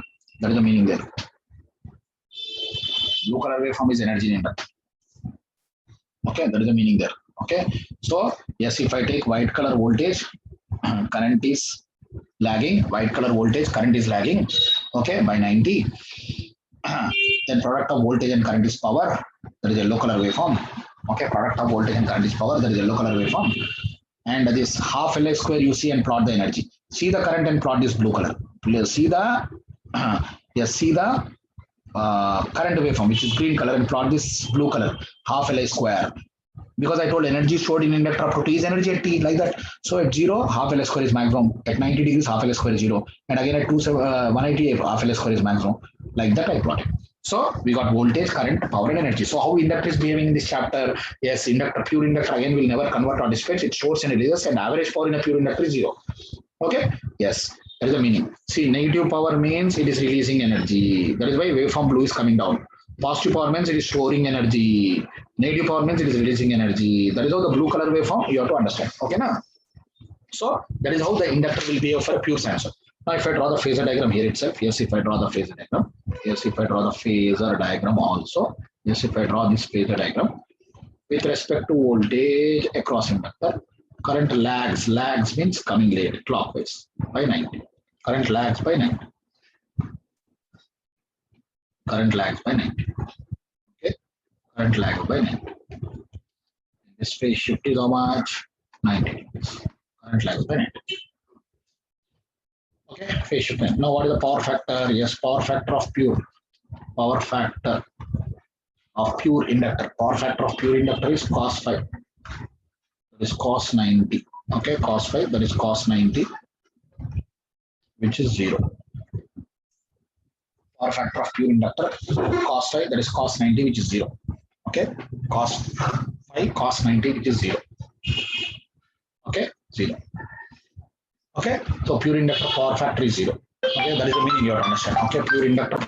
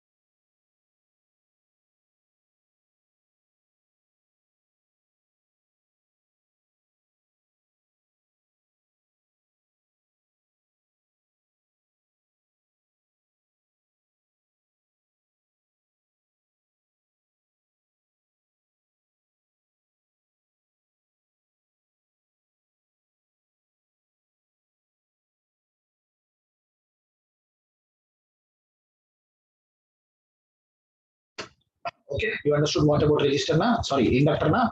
Yes, everybody now see here. Yes, thank you, sir. You understood about yes. Again, this Sunil, you are asking wrong question. Sunil, you are asking on which date syllabus will lower. I don't know. Sunil, I don't know which date it will go. I don't know. Okay. Now here, now you see here now. Now I am going for capacitor. Yes, I am going for capacitor. After this, I will give break. Listen now, capacitor. Now let us understand how capacitor will behave for sinusoidal waveform. Quickly listen now. Okay. Yes, I am giving pure sinusoidal voltage across capacitor. Current is also sinusoidal. Let us bring. Now in capacitor, let I will take V only. V equal to Vm sin omega t. V equal to Vm sin omega t. Then what is I? Then what is I? I is C dV by dt. This is Ohm's law for any signal. Okay. Now we will modify this Ohm's law for sinusoidal. So this I is C into d by dt of V. Okay, d by dt of V. D by dt of V. That is nothing but Vm sin omega t. So that becomes how much? Yes, omega C Vm cos omega t. Omega C Vm cos omega t. Okay, omega C Vm cos omega t. Okay, that is omega C Vm cos theta sin 90 plus theta. 90 plus theta. Okay, that is I equal to, okay, omega C Vm. You swap this sin omega t plus 90. Omega t plus 90. So what I have proved now? Yes, what I have proved. If I give sinusoidal voltage across capacitor, if I give sinusoidal voltage across capacitor, current through it is also sinusoidal. Okay, if I give sinusoidal voltage across capacitor, current through it is also sinusoidal. Okay, and current will lead voltage. Okay, and current will lead voltage by 90 degrees. Okay, so if I give sinusoidal voltage across capacitor, current through it is also sinusoidal, and current will lead voltage by 90 degrees. It is a leading element. Now again, I told the story of J operator na. So this I is omega C Vm sin omega t into this 90. I will show it as J. J is one angle 90 na. Yes. So this I is J omega C into V, where V is Vm sin omega t. Okay. Now if I write, yes, this I will write as V is I by J omega C. Okay, but J is one angle 90. J is one angle 90. You take out, it becomes one angle minus 90. Na? One angle minus 90 is minus J by omega C into I. All mathematical understanding, sir. Okay. See, I took voltage and I got current, but I'm writing again in terms of voltage where V is I by J omega C. But J is one angle 90 now. You take up, it becomes one angle minus 90. But one angle minus 90 is minus J. So finally, V is minus J x C into I. V is minus J x C into I. V is minus J x C into I. Okay, na? Yes, V is minus J x C into I. Okay, yes, that is minus J x C into I, which is yes, which is what? Which is Ohm's law in a ninth form. This is called ninth form of Ohm's law. Ninth form of Ohm's law. Okay, with this, all the forms are over, sir. Okay, then how this capacitor is exhibiting now? This XC is 1 by omega C, that is 1 by 2 pi FC ohms, and this is called capacitive reactance. Capacitive reactance in ohms. Capacitive reactance in ohms. Ohms. Okay, and yes, and hence see, for zero frequency capacitor acts as open circuit now. DC zero frequency, put zero, something by zero infinity, it acts like open circuit. Okay, then I say here with respect to voltage, current leads. So yes, in a capacitor it is leading element. So capacitor is a leading element. What is the meaning of leading element? Yes, what is the meaning of leading element? Yes, the same meaning. A capacitor acts as leading element. That means here IC leads VC by phase shift how much? 90 degrees. That is the meaning. Now if I draw the waveforms, if I draw the waveforms again, first I will draw the voltage across capacitor.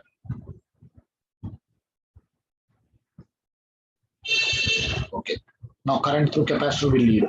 Current through capacitor will lead. Okay. Yes, current through capacitor will lead.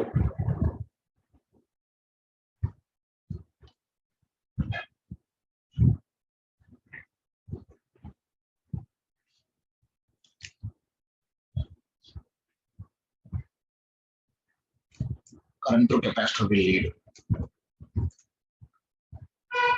This phase shift phi is 90. Okay, this phase shift phi is 90. Okay, now product of voltage and current is power. Na? Yes, voltage is positive, current is positive, both positive. Voltage is positive, current is negative, negative. Again, both negative, positive. One positive, negative, negative. Again, both positive, positive. One positive, negative, negative, like that. Okay, na? So this is the power in capacitor. But clearly, what is the average power? P average is zero. P average is zero because positive area equal to negative area. So capacitor stores and releases, stores and releases, stores and releases energy in electrostatic form, and average will be zero. Now energy how to plot? Now what is the state variable in capacitor? C voltage.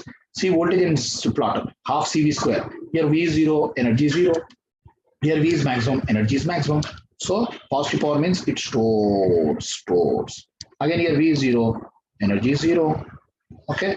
Then here V is negative maximum, half CV square, that is also maximum. So it again stores, releases. Okay. Yes, it stores. Okay. It stores and releases. It stores and releases like that. So this is energy. Blue color waveform is energy. Okay, positive power means it stores, negative power means releases. Positive power means stores, negative power means releases, like that. So, white color waveform is voltage, green color waveform is current, it leads. Okay, then power is yellow color waveform, and blue color waveform is energy. And for inductor, see the current and plot, and for capacitor, see the energy and plot. Simple. Okay, so that is how capacitor will work. Here we proved that yes, in a capacitor, the average power is zero, it stores and releases energy in electrostatic form. Okay, that is what. Now, if I draw the phasor diagram, if I draw the phasor diagram, yes, with respect to voltage across capacitor, current will lead voltage, okay, current will lead voltage. Leading means plus means anti-clock, and this phase shift is how much? 90 degrees, 90 degrees, 90 degrees. Okay, again, power factor of pure capacitor is zero. Power factor of pure capacitor is cos phi, which is cos 90, 0. Cos phi, which is cos 90, 0. Cos phi, which is cos 90, 0.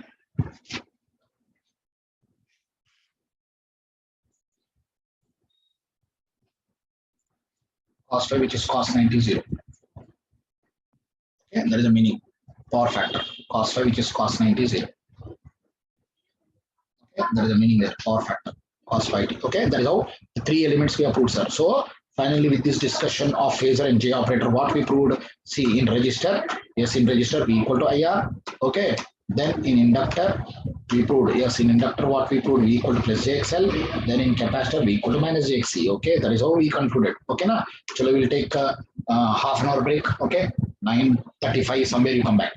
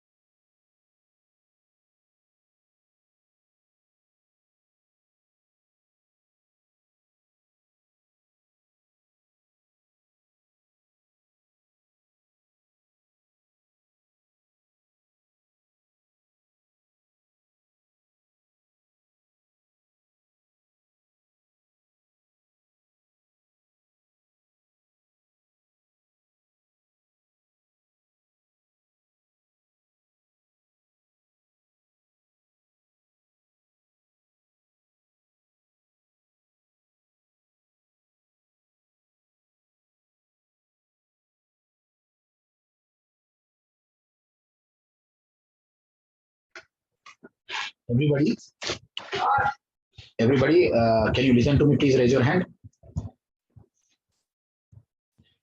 See, as there is a doubt session parallelly going in power electronics for me.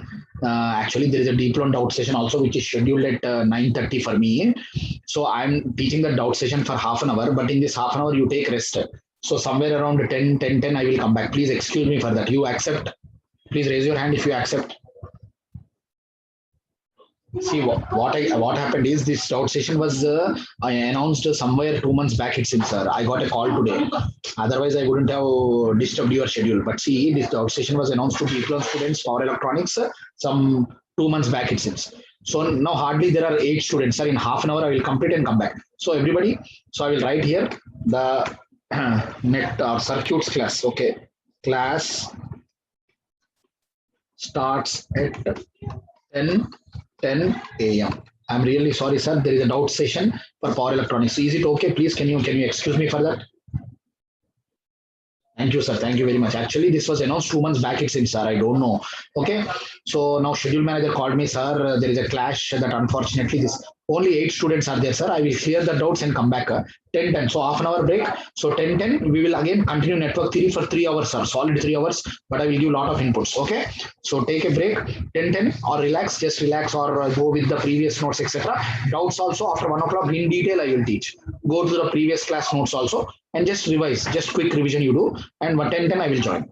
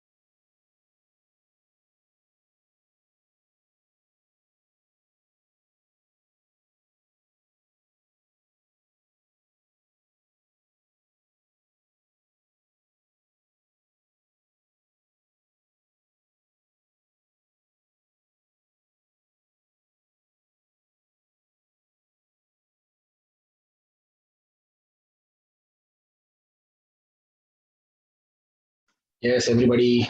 Thank you. Thank you for your patience. Really, thank you. Can you listen to me? Please raise your hand. Yes, really, thank you, sir.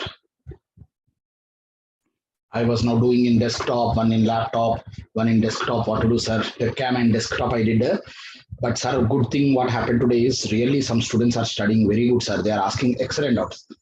Because the doubt standard of student will tell what is their level of preparation. Now, see, some doubts which make me think, which make me recollect means it is a quality doubt. And some students, some 4 5 students asked very good doubts. Okay, see, I am also teaching like power electronics in deep learn. Okay, so whatever experience I have got, I am using them. Okay, but the schedule was given somewhere long back in August. It's in, which I don't know. Okay, again next schedule is in January. Okay, so thank you for your patience, everybody. Yes, we now modified Ohm's law. Now I'm continuing, but this session will be very interesting, sir. Until 1:10. Okay, we will have and doubts also very patiently I will have. Okay, chalo now listen. So after understanding this phasor and J operator, now in resistor V equal to IR and resistor is an in-phase element. In inductor V equal to plus JXL into I. It is a lagging element. And in capacitor V equal to minus JXC into I. So that is how we modified. Now once we study this, now I am coming to D, series RL circuit. Series RL circuit. Yes, now listen everybody, series RL circuit. So I am taking both resistor and inductor. Okay, now, but in now Ohm's law form, this is V phasor sinusoid, this is I phasor, R is R ohms only, L is plus J XL, that is omega L. Okay, like that we should write now. Then here if you write a KVL, yes, if you write a KVL, now let this be VR, voltage across resistor phasor, and this is VL, voltage across inductor phasor. Now if you write a KVL, yes, minus V plus VR plus VL equal to 0. So V is VR plus VL. That is phasor sum of resistor voltage and inductor voltage is supply voltage. So in that regard, this V is I into R, yes, plus JXL into I. Okay, I into R plus JXL into I. Okay, na? Yes, this V is now I into R plus JXL I am writing, and that V is IZ. This is called Z. Here, Z is R plus JXL, which is called impedance. Impedance in ohms. Impedance in ohms. So impedance is a combination of resistance and reactance. Okay, impedance is a combination of resistance and reactance. It is again shown as a box symbol. It is shown as a box symbol, passive notation. Okay, impedance the combination of resistance, which is independent of frequency, and reactance, which depends upon frequency. But it's still passive notation. But here, which current sinusoidal? So this is I phasor entering, and this is how the voltage drop takes place. Okay, this is how the voltage drop takes place. Okay, now that is what happens here. Impedance. Okay, now there is something called impedance triangle. Now once we understood this, there is something called impedance triangle. Okay. Now what is that? That impedance triangle is, yes, impedance triangle. Impedance triangle I call. Okay, impedance triangle. What is this impedance triangle? See, R, okay, R, okay, plus JXL, plus JXL, plus J will do what? Plus 90. Plus 90 means anti-clock 90. So plus JXL, R plus JXL is Z. R plus JXL is Z. And this is 5. So Z is root of R square plus XL square. Okay, Z is root of R square plus XL square. Okay, that is nothing but root of R square. XL is omega L square. Okay, Z is root of R square plus XL square. That is R square plus omega L square. Okay, and also this phi is tan inverse XL by R. Okay, which is tan inverse omega L by R. Which is called impedance angle. Impedance angle in degrees. Okay, impedance angle in degrees. Okay, na? Yes, impedance angle in degrees. Then also here also power factor cos phi. Yes, power factor using impedance triangle is cos phi. That is nothing but adjacent by hypotenuse. cos phi adjacent by hypotenuse, and also I'm writing sin phi xl by z, xl by z. Okay, na? Then after understanding this impedance triangle, let us understand powers. Now the same z, which is r plus jxl, I am now multiplying with the I square, and I square. Okay, now one iz is v, so v into I, this is I square r plus j I square xl. Okay, this v is iz. Okay, this v is iz, and into I, one is I square r and one is I square xl. Okay, now this is called total power S. Okay, this is called real power P. This is called reactive power QL. Okay, reactive power QL. Now this is, yes, a reactive power in watts, volt ampere reactives. Okay, this is called a real active or true power in watts. Okay, real active or true power in watts. This is called total power or apparent power in Vs. Total power or apparent power in Vs. Okay, so now there are three types of physical powers in AC circuits, which I will tell you. One is called total power or apparent power. It is a supply side rating. Real power or active power is in the resistive component, which is the convertible and utilizable part. And reactive power is a magnetic stored energy, which is oscillating from source to load and load to source. That rate of change of magnetic energy is called reactive power. Okay, all these come from source only. Okay, now watts, volt ampere reactives. This is watts and watts. Watts is reactive power, watts is real power. Vs is total power or apparent power. Now here also we will have something called power triangle. Okay, there is something called power triangle. Okay, power triangle. Okay, now if you take P plus JQS, if you take P plus JQL, see P I will write here. Okay, JQL. Okay, JQL, which direction? J means it will shift to plus 90. Yes or no? J means it will shift to plus 90. Na? Plus 90 means anti-clock to this. Okay, that is the meaning. JQL means it will come here. JQL, it will come here, and this is 90. And this total is S.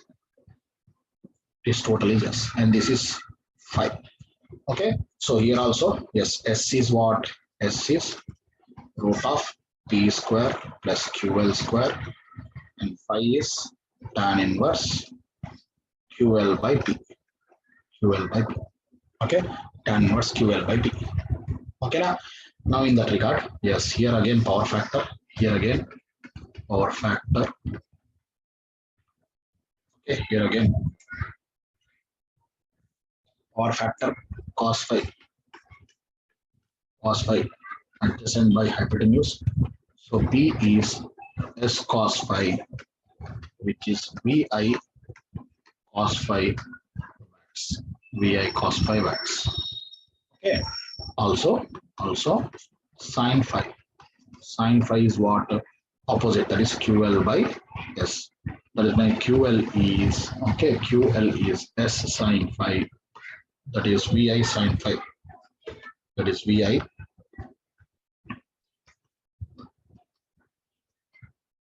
sin phi watts, volt ampere reactives. Okay, VI sin phi watts. Okay, volt ampere reactives. Okay, now yes, VI sin phi watts, volt ampere reactives. Okay, then if I draw the phasor diagram, if I draw the phasor diagram, now this is important, phasor diagram. Now here, this is a series RL circuit. Yes or no? This is a series RL circuit. So how many voltage waveforms are there and how many current waveforms are there? Because it is a series RL circuit. Okay, because it is a series RL circuit, there is only one current waveform. Okay, now because it is a series RL circuit, there is only one current waveform because it is current is equal in all the elements. Yes or no? Current is equal in all the elements. Okay. Yes, it is a series RL circuit. And how many voltage waveforms are there? Of course, there are three voltage waveforms: supply voltage, resistor voltage, and inductor voltage. Okay, that means in the series RL circuit, there is one current waveform and three voltage waveforms. One current waveform is sinusoidal, and all the three voltages are also sinusoidal, but they are of different magnitudes and different phase. So now we should do the phasor diagram. Okay, so now, yes, because in series circuit, I will take current as reference. Okay, I will take current as reference. So I'm taking current as reference. Okay. Yes, I'm taking current as reference. Okay. Now with respect to current, which voltage is in phase? VR is in phase. Okay. VR is in phase. What about VL? VL, what about VL? VL will lead I by 90. VL will lead I by 90. VL will lead I by 90. Okay, this is VL. With respect to current, VR is in phase. VL will lead I by 90. Now phasor sum of VR and VL is V. Phasor sum of VR and VL is V. V. Okay. Phasor sum of VR and VL is V. Now with respect to V, yes, now with respect to V, overall current will lag by 90. With respect to V, current is clock means lagging. Yes, that is 5 impedance angle. So this angle itself is, see here, this angle itself is impedance angle, phase angle or power factor angle. Yes or no? This angle itself is impedance angle or phasor angle or power factor. Why? Because here if you multiply with I into R, VR, I into XL, VL, I into Z, V. Yes or no? The same thing will come. VR, V and yeah, VR, V and VL will come. Yes or no? You can write VL here or here. At the same time, if you multiply with I square, power triangle will come. Okay? I square, power triangle will come. P is I square R, I square XL and I square. So same will come. So that is why in my subject, impedance angle or phase angle or power factor angle remains the same. Okay? Na? So now once this is done, sir. Now once this is done, everybody. So now here I can say clearly I lags. Okay? Here I can say clearly that I lags. Okay? I lags V by angle phi less than 90. It is lagging power factor. Lagging power factor. Okay, na? Lagging power factor. And this current according to Ohm's law is V by Z. There is nothing but Vm sine omega t by Z. Z is what? R plus Jx. Okay. That is Vm sine omega t. Yes, Vm sine omega t by Z at an angle plus phi. So this I will be Vm by Z sine omega t minus phi. Okay, so I can prove that if I give sinusoidal voltage across RL circuit, current is also sinusoidal, but current will lag voltage by an impedance angle phi. Okay, if I give sinusoidal voltage across RL circuit, okay, current is also sinusoidal and current will lag voltage by an impedance angle phi. Okay, current will lag voltage by an impedance angle phi. Okay, current will lag voltage by an impedance angle phi.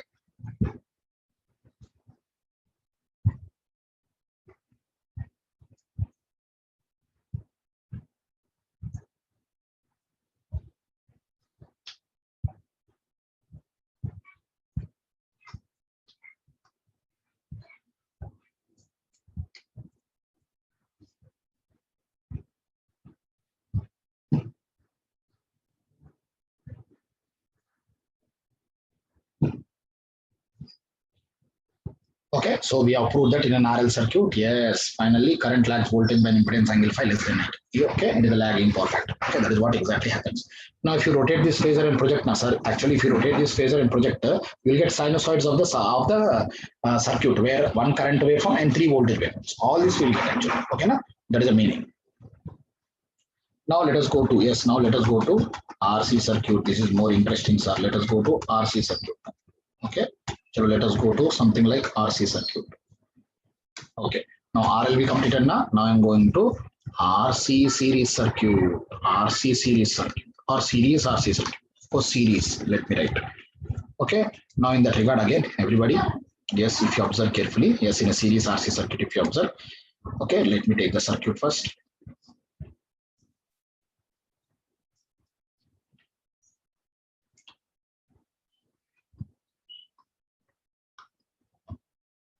Okay, this is R ohms. C will write as minus J XC ohms. Okay, then again if I say this is VR, this is VC. Now here also if I write KVL, minus V plus VR plus VC is 0. All these are phasor sinusoids. So V is VR plus VC. Okay, so VR is IR, VC is minus J XC into I. So V is I into R minus JXC. So clearly here V is IZ. Here again Z is R minus JXC, which is called impedance, which is called what, sir? Impedance in ohms.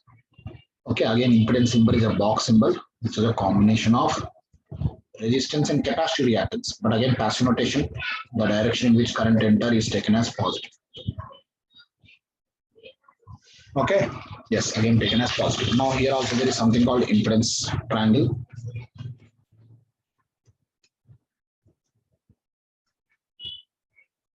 Impedance triangle. So this is R minus JXC. Minus means it comes clock. Minus JXC is Z. R minus JXC is Z. R minus JXC is Z. Okay, and this is 5. R minus JXC is Z, and this is 5. Okay, so here again we know Z is root of R square plus XC square. Okay, there is nothing but root of R square plus XC 1 by omega C square. Phi is tan inverse XC by R, tan inverse 1 by omega RC, which is called impedance angle. Okay, what it is called impedance angle of the circuit. And also power factor. Yes, power factor is cos phi adjacent R by Z. Also, I'm just writing sin phi, which is XC by Z. Now again, if I take this impedance, Z is R minus JXC and multiply with I square, and I square. One IZ is V, so V into I is I square R minus J I square X. Now this is called total power S in volt amperes, called real power or active power P in watts, and this is called reactive power in watts. Reactive power in watts. Okay, this is called reactive power in watts. Okay, reactive power in watts. So here again, this is reactive power in watts, volt ampere reactance. This is real or true or active power in watts. Active power in watts. Called total or apparent power. Yes, volt amperes. Yes. Okay. Total or apparent power in VS, volt amperes. Yeah, volt amperes. So again there. So now again there is something called power triangle. Okay. There is something called power triangle. Why we call it as triangle? Because of the triangle relations, we are able to remember them. Okay. So these relations, how they are there, we are writing like a triangle, like phase are using. See, this is P minus JQ. Minus means clockwise. Plus 90 not clockwise. Sorry, minus 90 clockwise. This is QC. E is nothing but S. Is nothing but S. And this is S. Okay. So here also S is equal to root of P square plus QC square. Phi is tan inverse QC by P. QC by P. Okay. Now here also there is something called power triangle. Yeah. Power factor. All mathematical science. See, that is how this chapter, once we come out of this max, NASA problems are very good. But to come out of max, all these basics are necessary. Now in power factor, cos phi, which is adjacent, okay, by hypotenuse. So from that it becomes P is S cos phi. That is VI cos phi watts. VI cos phi watts.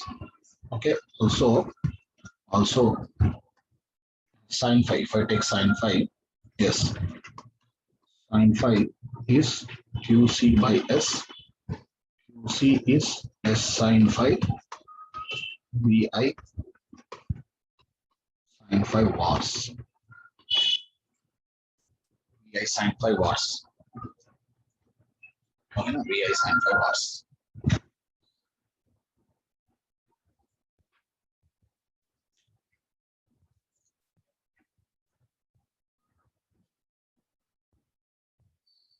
That is VI sin phi bars.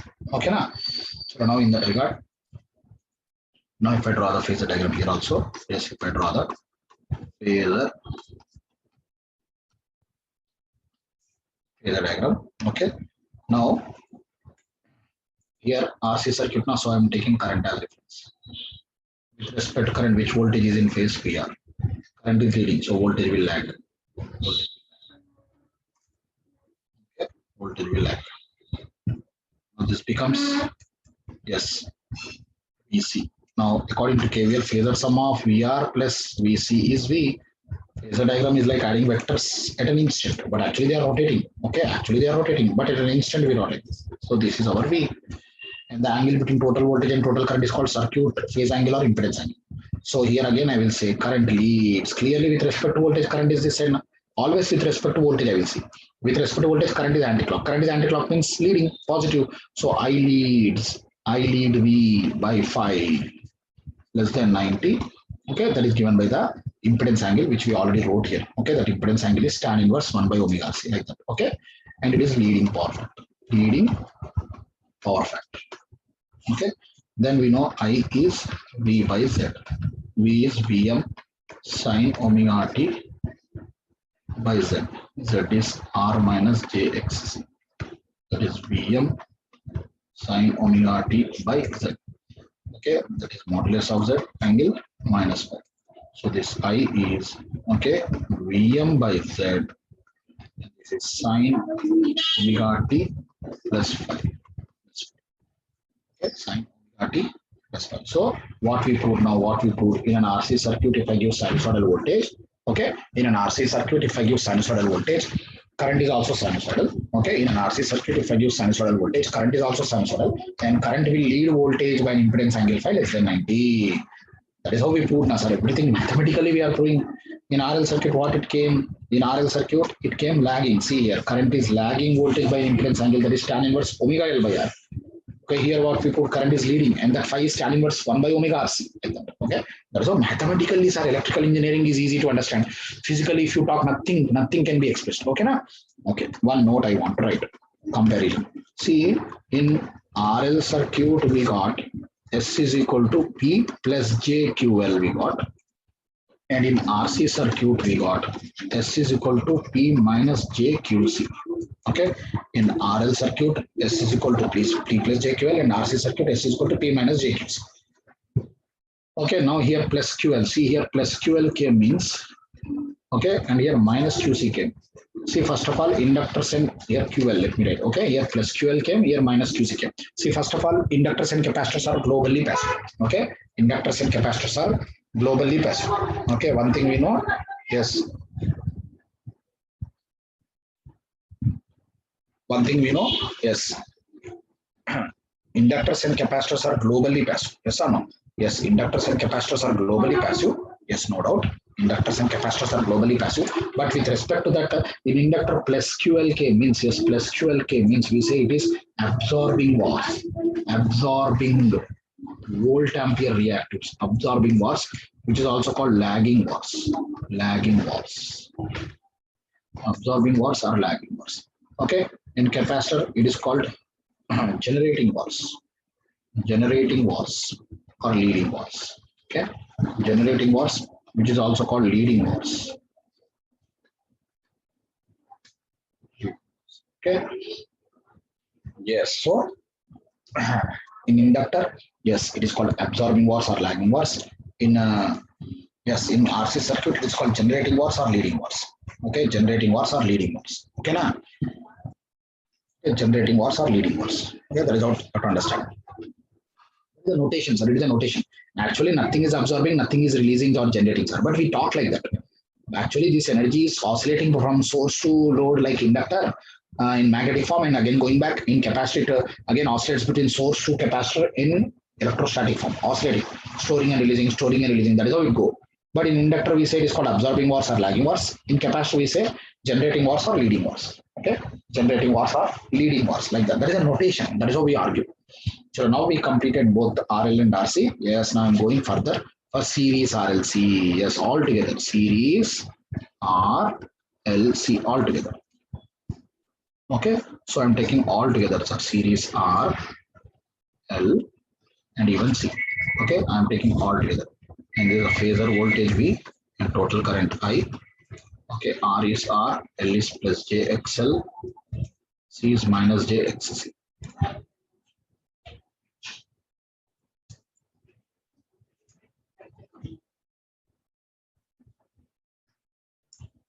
Okay, now this is VR.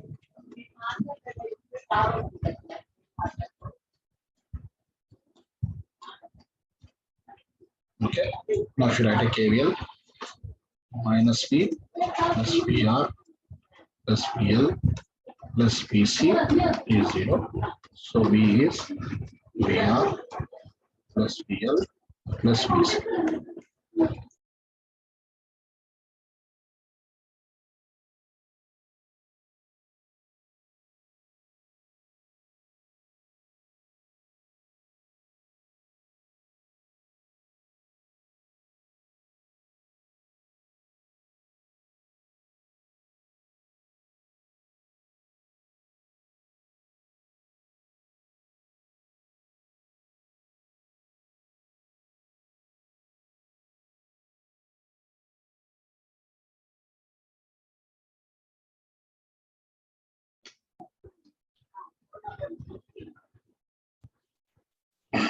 Now if you expand this, yes, if you expand this, everybody, this V is VR is I into R, VL is plus JXL into I, VC is minus JXC into I.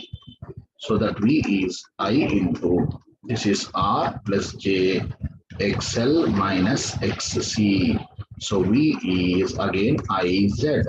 So here Z, okay, here Z is R plus J XL minus XC. It is a combination of two reactances. Okay, here impedance is combination of, yes, resistance and two types of reactances. Again, this is impedance in ohms. Impedance in ohms. Symbol is again, yes, box symbol. Box symbol. Okay, and current is entering. This is current is entering and positive. Okay, now here again, yes, here again if you write this impedance Z, okay, here again if you write this impedance Z, okay, yes, this impedance Z is what, yes, its magnitude if you write, yes, here again impedance is root of, okay, R square plus XL minus XC square, that is root of R square plus XL omega L XC minus omega C square. Phi is tan inverse XL minus XC by R. XL omega L XC 1 by omega C by R. Okay. Also, yes, if you take power factor, yes, power factor cos phi.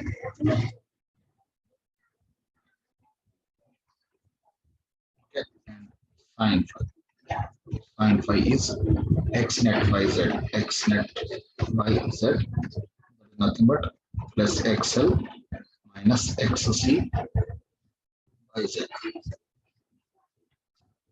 Okay. And also, if I take power triangle, z is equal to r j xl minus xc square square I square. Okay, one iz is v square r j I square xl I square xc. This is s. This is p. This is ql. This is qc. So this is again called net reactive. Okay, this is called net reactive. Net reactive power in wars. Net reactive power in watts, volt ampere reactor, because there are two types of reactor. However, this is real power and here also I told us that this is called net reactance. Okay, this XL minus XC is called net reactance. Okay, same way. So we get net reactance. And here also from power triangle, S is root of P square plus 12 minus QC square. Okay, and phi is tan inverse QL minus QC by T. And if you go for power factor, cos phi P by S, P is S cos phi, that is VI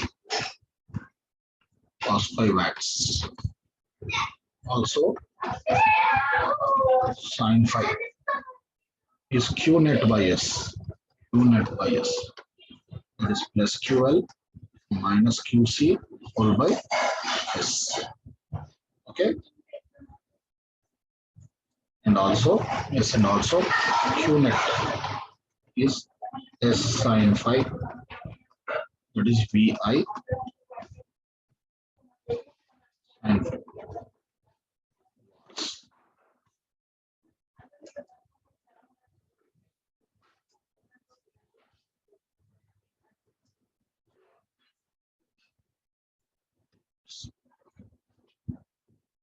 Okay, now there are three types of cases here. Now case one. If XL greater than XC, Z is R plus J X net. Okay, that is RL circuit. So here I lags V by 5 9.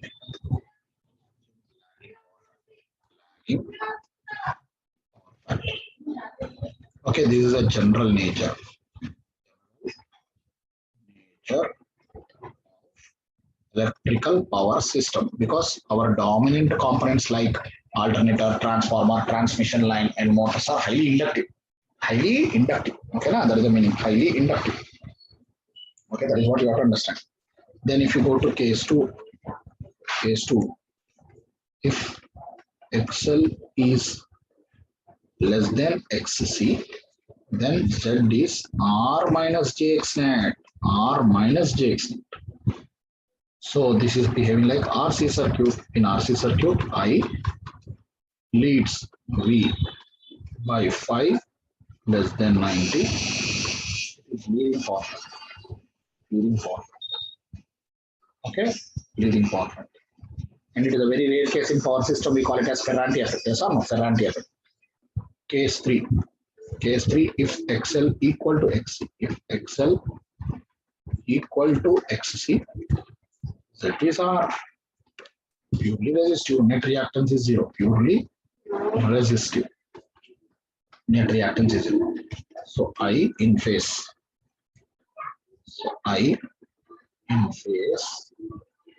With V. Phi is 0. Unity power factor. Now this is a very special case under resonance. This concept exists under resonance. Electrical resonance chapter we will study detail. Okay, electrical resonance. Okay, electrical resonance. Okay, this we will study there. Electrical resonance. Okay. So that is how we understood all series circuit. Then how to analyze parallel circuit? Admittance concept. Okay. Now see, what is this analysis of parallel circuits? Parallel AC circuits.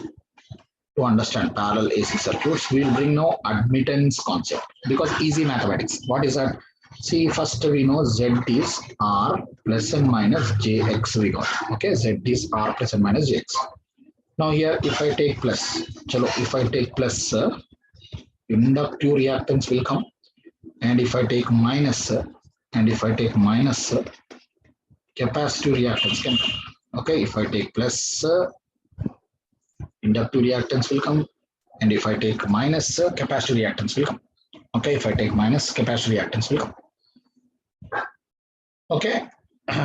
So plus is for inductive, minus is for capacitive. Now let us take an example. Suppose I take Z is okay 4 plus J3 ohm. Now here I wrote plus means what it is? Inductive. Yes or no? R L. It is 4 ohm plus J3 ohm. Okay, R plus 3 ohm. Okay, R plus 3 ohm. So now let us talk Y. Y is 1 by Z. Y is 1 by Z. This is admittance. Admittance. It is reciprocal of impedance. Units are mho or Siemens. Mho or Siemens. Siemens. Okay. Yes. Admittance. Admittance is reciprocal of impedance. Admittance is reciprocal of impedance. Okay. Admittance is reciprocal of impedance. Okay. It is mho or Siemens. Okay. Now it is mho or Siemens. Admittance is reciprocal of impedance. Okay. It is mho or Siemens. Okay. Now. So now in that regard, now here if I find, okay, here if I find Y, so Y is what? 1 by Z now, 1 by 4 plus J3. If you rationalize it, 4 minus J3 and again by 4 minus J3, then this Y becomes 4 minus J3 by, okay, 16 plus 9, 25.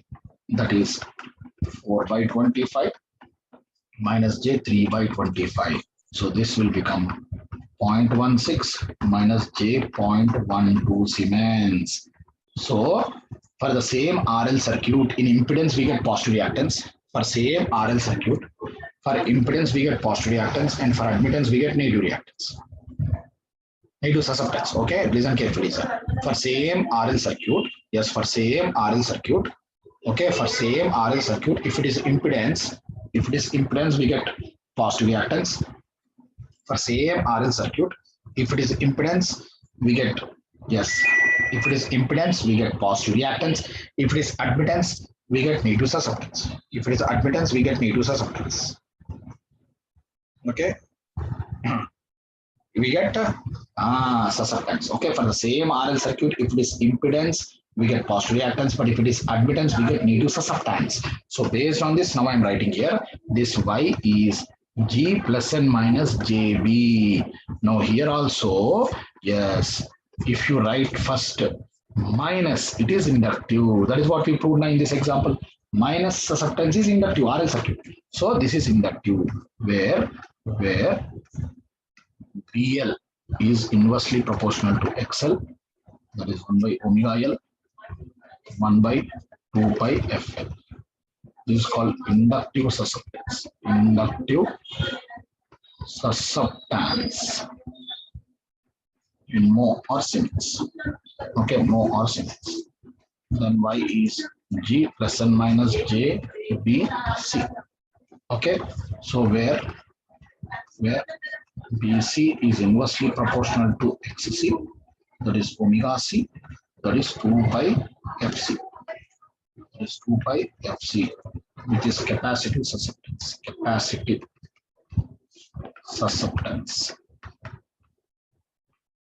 Siemens. Capacitive susceptance in Siemens. Okay, that is capacitive susceptance in Siemens.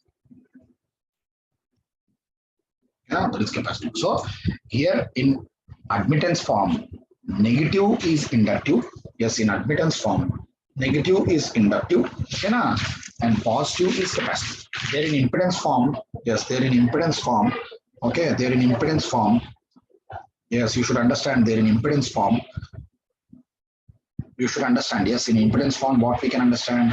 Yes, in impedance form, you should understand that. Yes, positive reactance is inductive. Okay, positive reactance is inductive.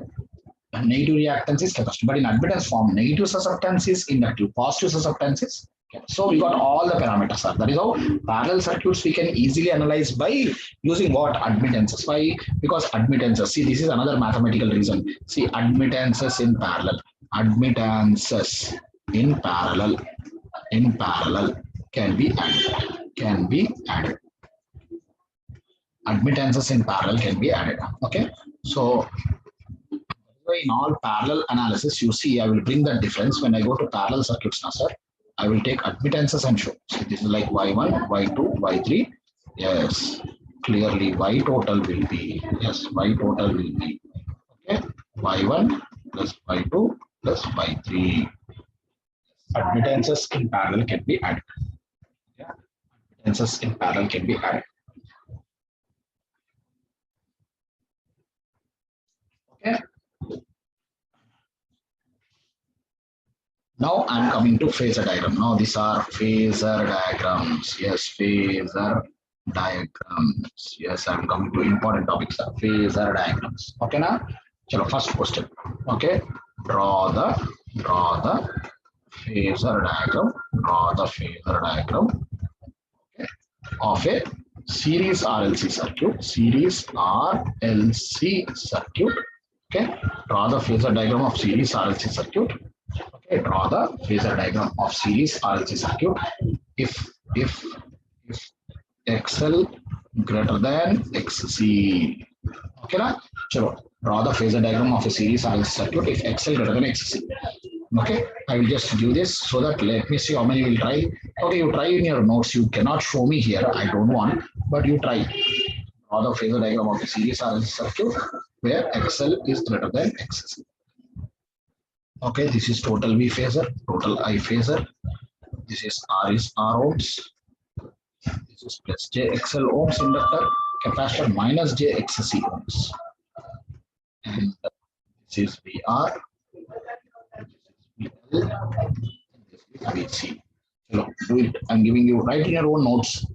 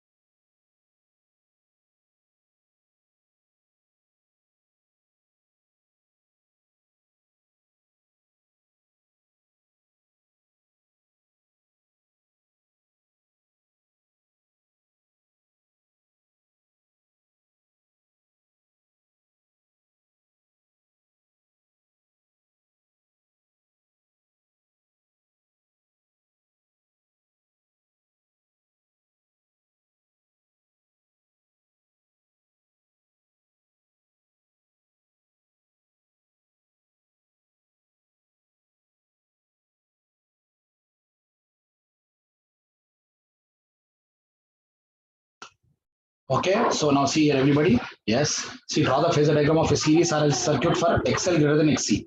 See, first of all, you know here VR into VR is I into R. Angle 0 I will write. Why? Because in register, yes, phase angle between voltage and current is 0. Okay, then what is VL? This is I into XL angle plus 90. Angle plus 90. Okay, I into XL angle plus 90. Okay, na? So because plus J XL into I kada, plus J means 1 angle 90. And what is VC? I into XC angle minus 90. Okay, angle minus 90. So VR is IR angle 0, VL is I into XL angle plus 90, and VC is I into XC angle minus 90. Angle minus 90. Okay, na? Yes, angle minus 90. Okay, so what is the meaning here? Is in register the angle between voltage and current phase angle is 0, but in inductor VL is plus 90 of I, means VL will lead I or I will lag. In capacitor VC is minus of 90 I, that means V will lag I or I will lead. That is the meaning. But here, sir, since XL greater than XC, already in series circuit current is equal now. Already in series circuit current is equal. Now current is equal and XL greater than XC. That implies automatically VL will be greater than VC. VL will be greater than VC. Now with respect to current, with respect to current, yes, please observe with respect to current, which voltage is in phase? VR is in phase. Okay, VR is in phase. With respect to current, which voltage is in phase? VR is in phase. Okay, where is VL? Where is VL? VL will lead I, and it should be more. VL will lead I, and automatically it should be more. You can write VL here, or you can write VL here also, sir. Anywhere is okay. Either you write here or here. Anywhere is okay. But I will write here. But VL should be strictly greater, kada? VL should be strictly greater because XL is greater than XC, so VL should be greater than VC. Now where is VC? VC is minus 90 of I. Minus 90 means yes, clockwise. This is VC. Okay, this is VC. Okay, with respect to I, VR. Okay, this is VL and this is VC. Okay, with respect to I, this is VR, that is VL, and this is VC. Okay, now if you apply KVL, phasor sum of VR plus VL plus VC, now see, these two are unequal opposite forces. So this is VC, this width of VC I can take here. So the same width if I take here, okay, VC, now this difference will be, yes, this difference will be VL minus VC. VL minus VC. Plus VR is total V, plus VR is total V. And this is the overall angle phi. Overall angle phi. So V is from this triangle root of VR square plus VL minus VC square. Phi is tan inverse VL minus VC by VR. Okay. And power factor cos phi adjacent VR by hypotenuse V. And it is lagging power factor. Why lagging? Current lags voltage, na? Please observe everything. I will tell again. Please observe everything. I am going to tell again. This is a phasor diagram of series RLC circuit. Okay, this is a phasor diagram of series RLC circuit. Observe everyone.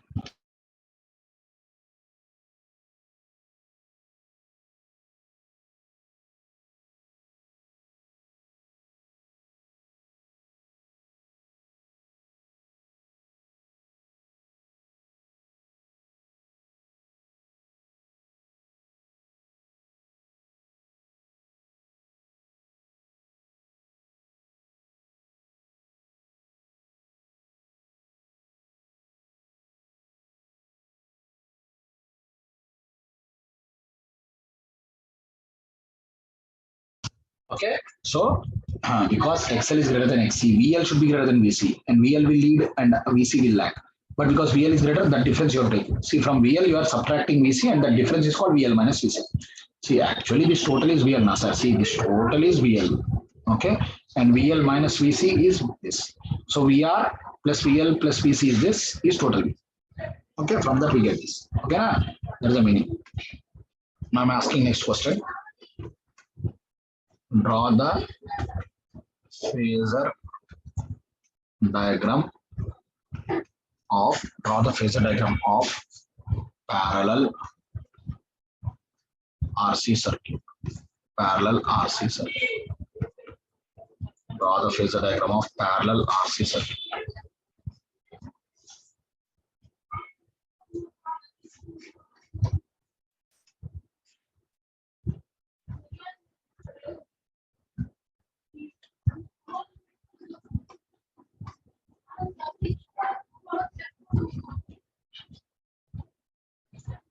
Draw the phasor diagram of parallel RC circuit. Chalo, quick 1 minute. I'm giving try something. Draw the phasor diagram of parallel RC circuit, everybody.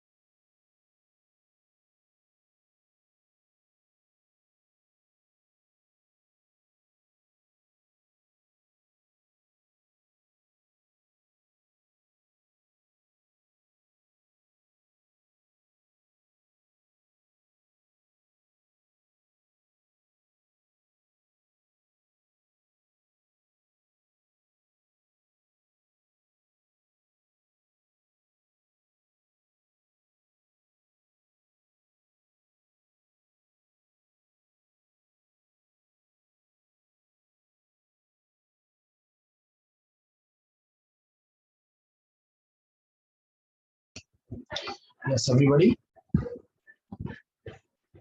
Yes, now see, draw the phasor diagram of parallel RC circuit. Okay, draw the phasor diagram of parallel RC circuit.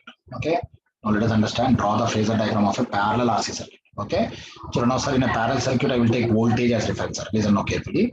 And here voltage is same, but currents are different. So let this be IR and let this be IC. But again, first mathematics, if you write, we know IR is V by R angle 0. Okay, and IC is V by minus JXC. But denominator minus 90 will take up. That is V by XC angle plus 90 in the numerator will come. Okay. In the denominator minus 90. Yes, in the denominator minus 90. If you take up, it will become plus 90.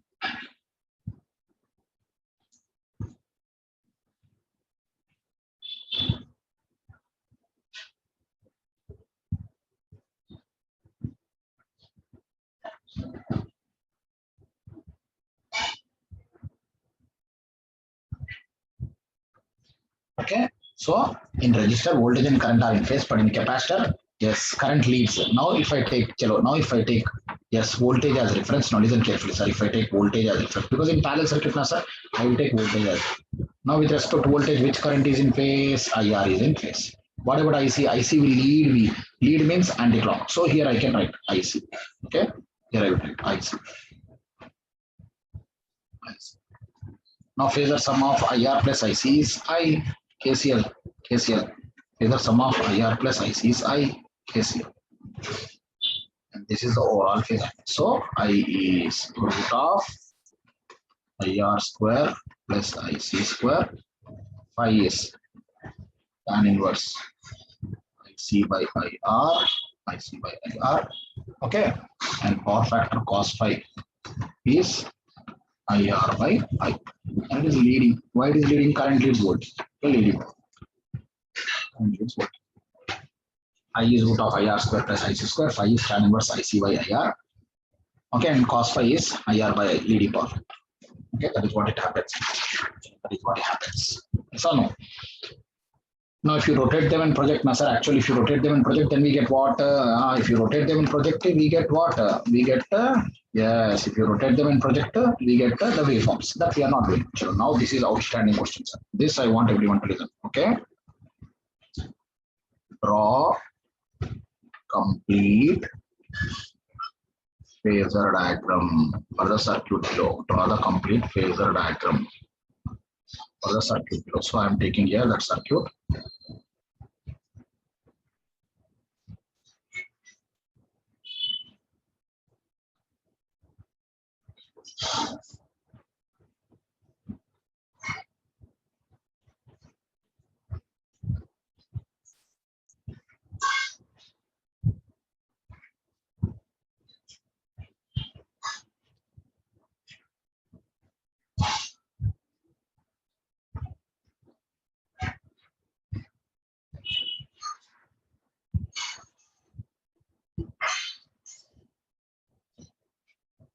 Okay, draw the phasor diagram of this circuit. So let us say this is R1, R2, C1, C2, L, and this is total supply Vs, and this is total supply current Is. Okay, now listen carefully, sir. Draw the complete phasor diagram of the circuit below. Okay, representing all the elemental voltages and currents.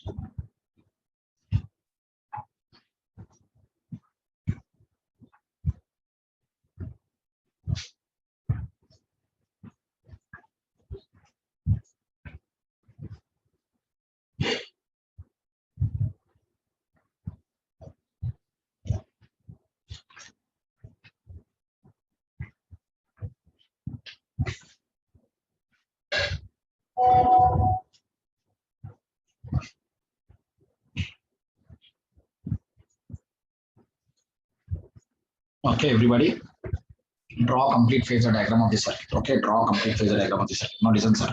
So this is neither pure series nor pure parallel, sir. Okay, this is very interesting.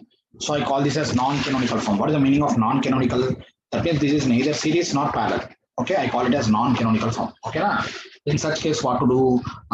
In such case, don't take directly supply and start. Okay, in such case, don't take supply and start. Okay, yes, in such case, don't take directly supply and start. Okay, either take the subcomponent load level or start separately. So yes, what I will do now, listen here. Okay, now see, in this case, don't take, because here neither pure series nor pure parallel, na, sir, you cannot take. Like in the previous one, it is a parallel circuit, I took voltage as reference. Okay, in this case, I took current as reference, but here you cannot do like that.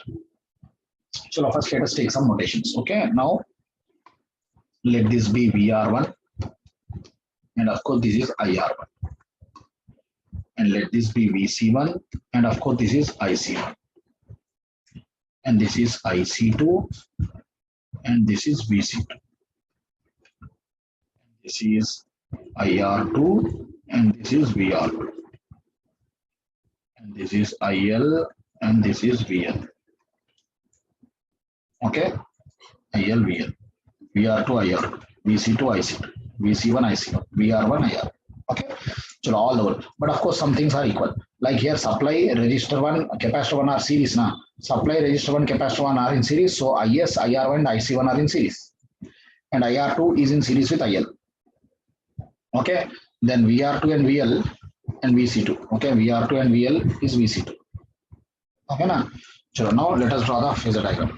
Okay, let us draw the phasor diagram. Now in that regard, now here I will take, see here I will take IR2 as my reference. Random, sir, random. It is not mandatory. You can take anything, but for my comfort, because directly supply side I cannot declare, na, sir, because moreover it is a series RLC. In series RLC, yes, you know, in series RLC, it can behave either as RL or RC. But here approximate phasor diagram we are taking, and that is the reason here I will take anything as reference. Chalo, for my comfort, let me take this IR2 as reference. Okay, na, IR2. Now listen carefully, sir.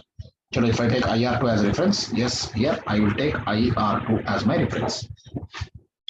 So in that regard, if I take IR2 as reference, okay, everybody, now watch this, how carefully I'm writing. Okay, so first, yeah, IR2 and IL are both series now. So IR2 and IL I am taking as reference, okay, because they are series now. So IR2, which is also equal to IR2, which is also equal to IL. IR2, which is also equal to IL. IR2, which is also equal to IL. Okay, IR2, which is also equal to IL.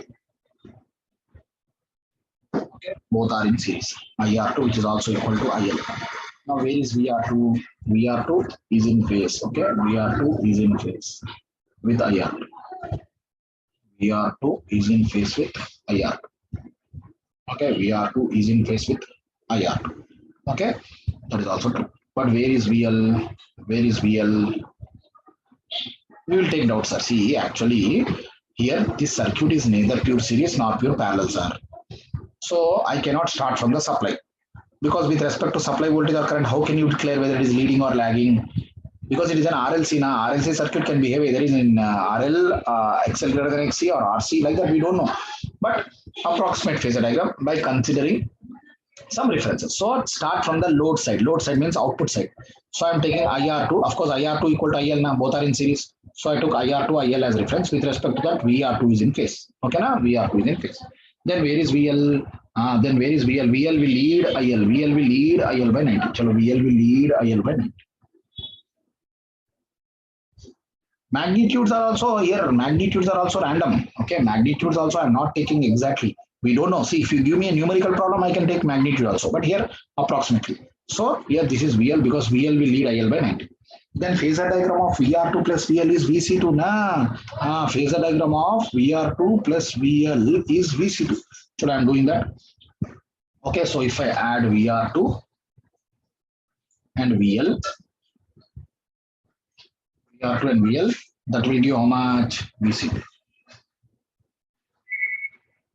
That will give VC2. VC2. Okay. Now with respect to VC2, where is IC2? IC2 will lead VC2 by 90. Okay. IC2 will lead VC2 by 90. Okay, this is it.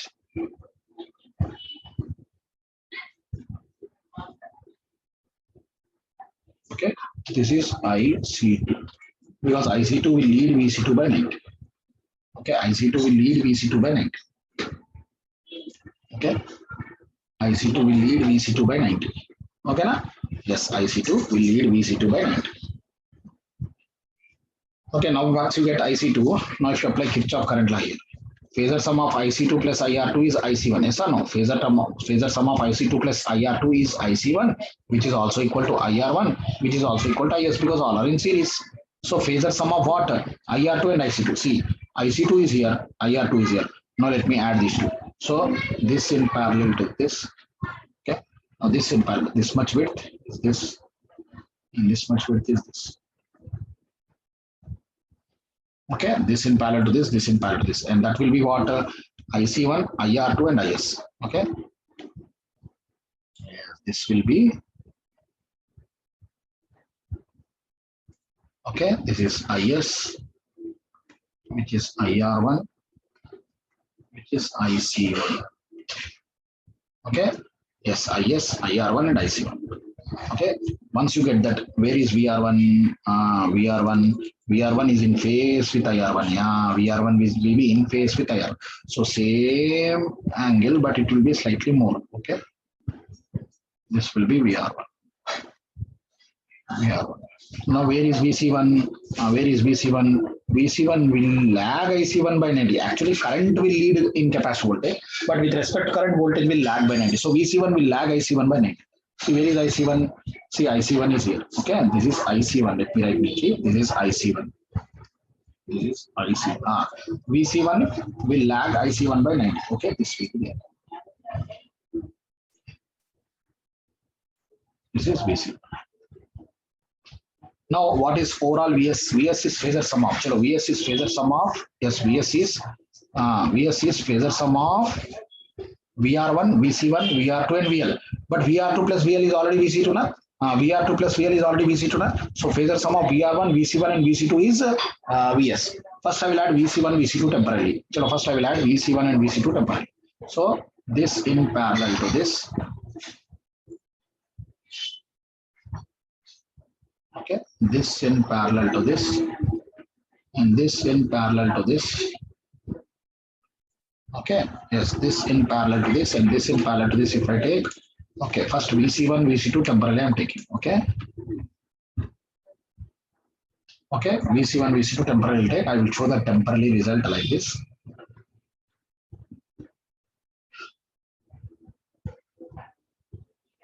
This is VC1 plus VC2. Okay, this VC1, VC2 temporarily got because VS is phasor sum of VR1, VC1, VR2, and VL na sir. So first VR2 plus VL is VC2 only. So I will write a outer loop KVL. What is outer loop KVL? Phasor sum of VR1, VC1, and VC2 is VS na. First I added VC1, VC2. Okay, first I added VC1, VC2. To that I am adding VR1. We will give VS. Okay, now I am adding VR1. So again, this if you add parallel to this, this if you add parallel to this.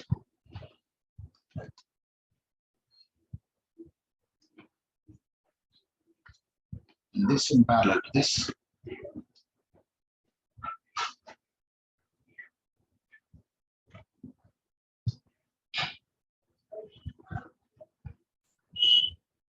Okay, and that resultant will be, yes, that resultant will be our final VS.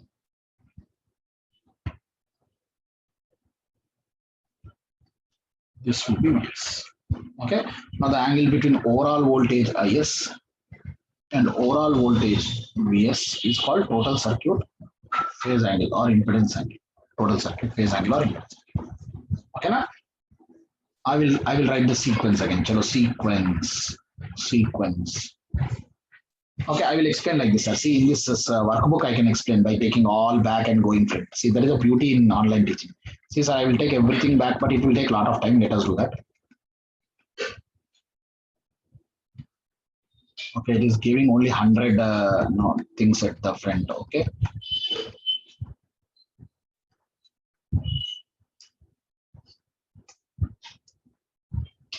Okay, see, first let me write the sequence, then I will explain again. Okay, let me take the sequence first. Okay, Now, what is the sequence I went? Yes, what is the sequence? What is the sequence? First, I took IR2, which is also IL as reference.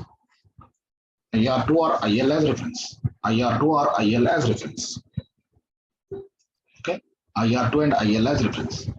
Okay, with respect to that, I got VR. Then I got VL. With respect to IR2 or IL, I got VR2.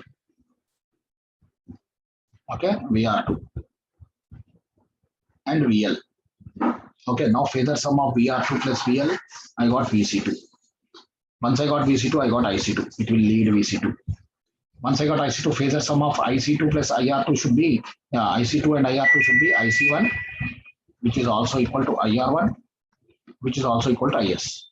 Now, once you got these three, once you got these three which are equal, once you got these three which are equal, then we got VR1, which is in phase with IR1. Then we got VC1, that is phase, that is lagging IC1 by 90.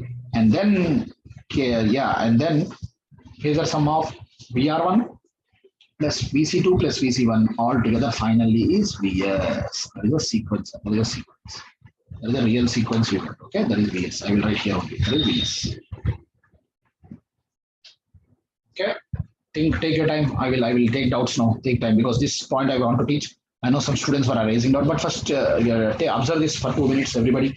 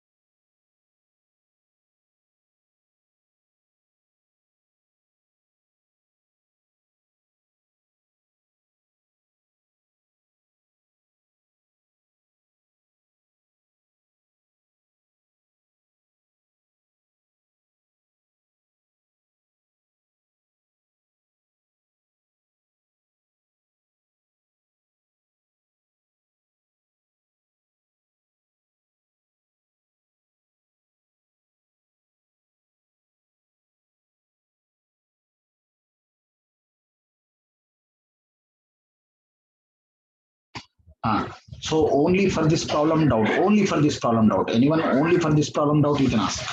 Only for this problem doubt. Otherwise, we'll take up doubts at last. Okay, anyone only for this problem doubt? Okay, we'll take up at last, sir. Okay, no problem. We will take up at last. So now see here. Now I'm giving the important gate questions and ISG. Okay, we'll take a 5 minutes break. Everyone, 5 minutes break. Once repeat. Okay, okay. I will do that. I will do that. Canonical form. Okay, I will take a break of 5 minutes. Then I will explain these two questions. What is canonical form and repeat again. Okay, I will do that. What is the meaning of canonical? Okay, that also I will explain. Okay. So 5 minutes break. 5 minutes only, please.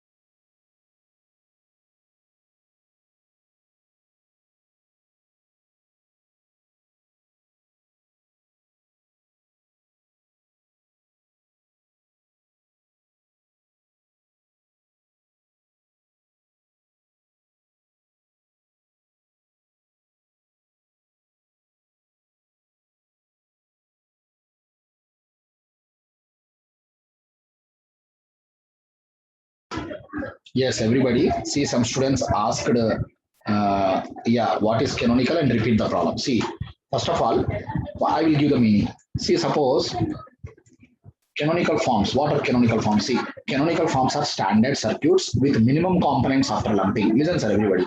Canonical forms are standard circuits. Everyone can listen me. Raise your hand first.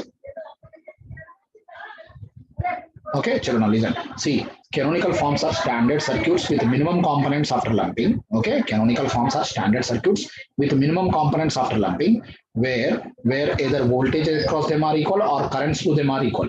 Okay, please understand what I'm trying to say. Canonical forms are standard circuits with minimum components after lumping, where either voltage across them is equal or current through them are equal. Like here you see, all are series now, current is equal. Okay, this is canonical only. Okay, here also all are parallel where voltage is equal. But here it is neither series nor parallel.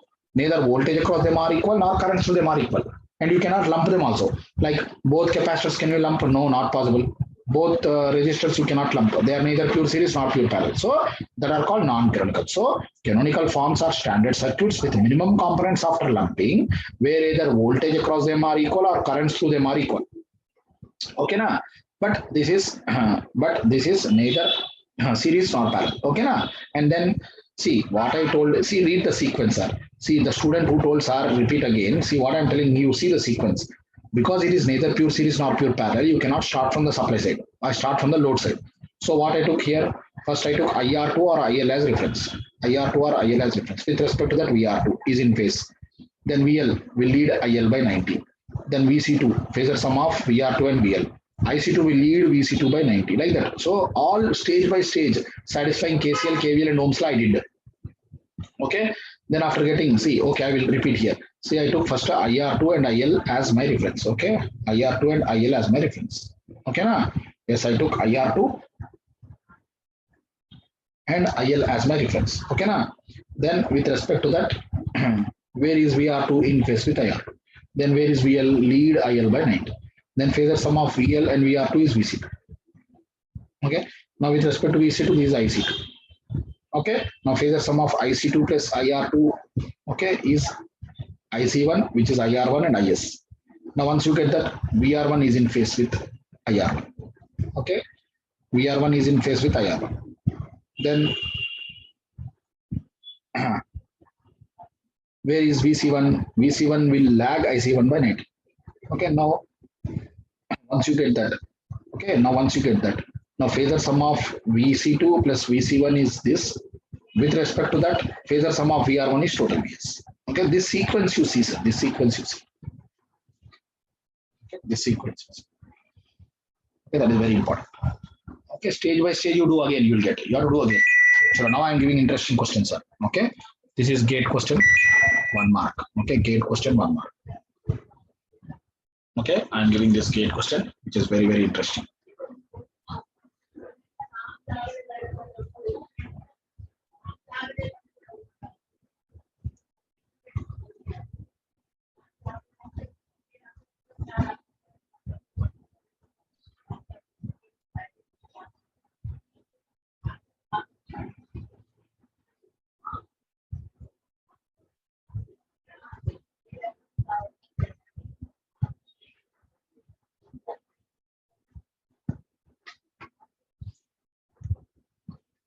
Okay, so now this gate question I'm giving. If very interesting question this has. Yes, if ammeter A reads 10 amperes, okay, ammeter A read 10 ampere, and A1 reads 8 amperes, then reading of A2 ammeter is dash. Okay, and also total circuit or factor is equal to dash.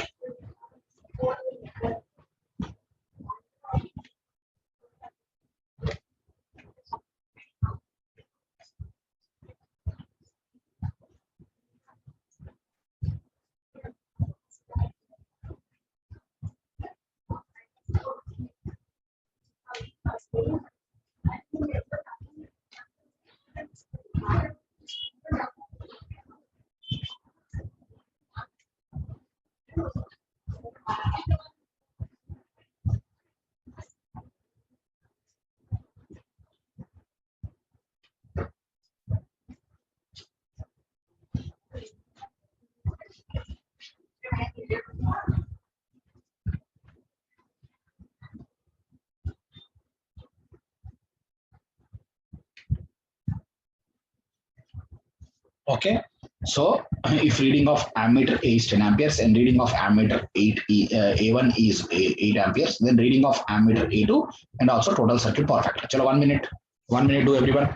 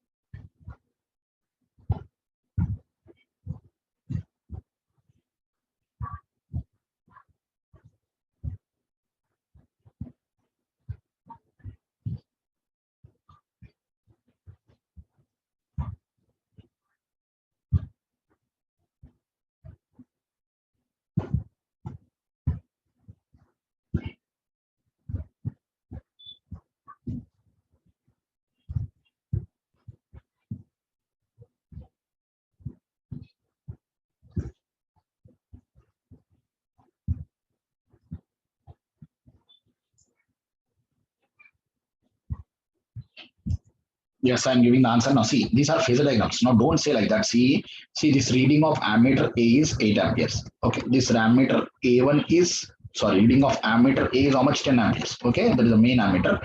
He given 10 amperes. And reading of ammeter A1 is how much? 8 amperes.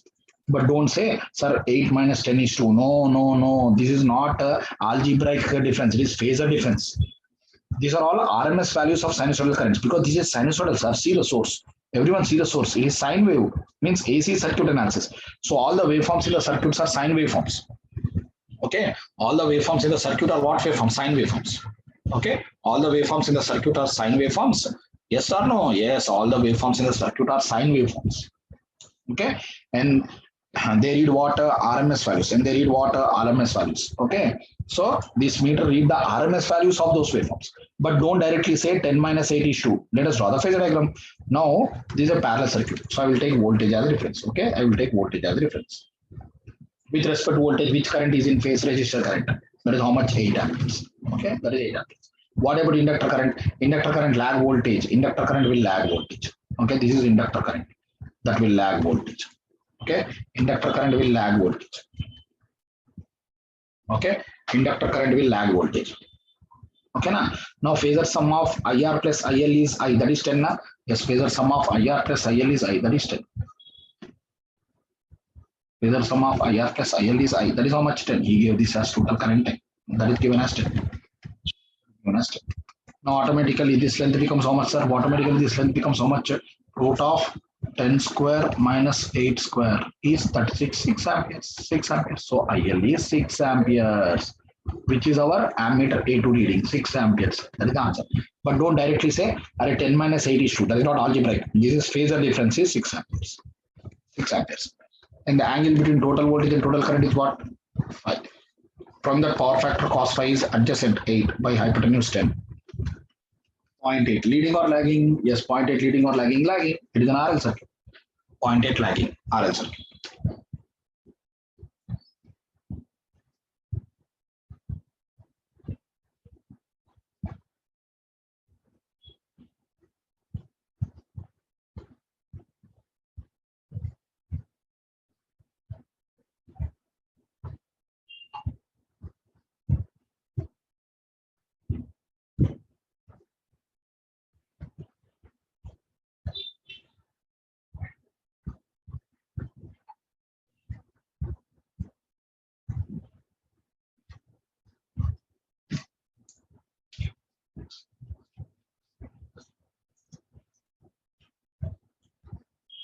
Okay, so now I am going to the next problem, sir. This is another gate bit.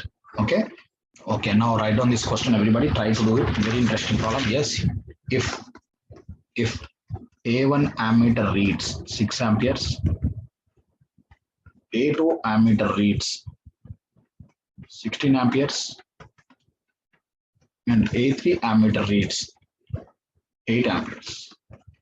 Okay, if A1 ammeter reads 6 amperes, A2 ammeter reads 16 amperes, and A3 ammeter reads 8 ampere, then total ammeter reads how much? Then total ammeter reads how much?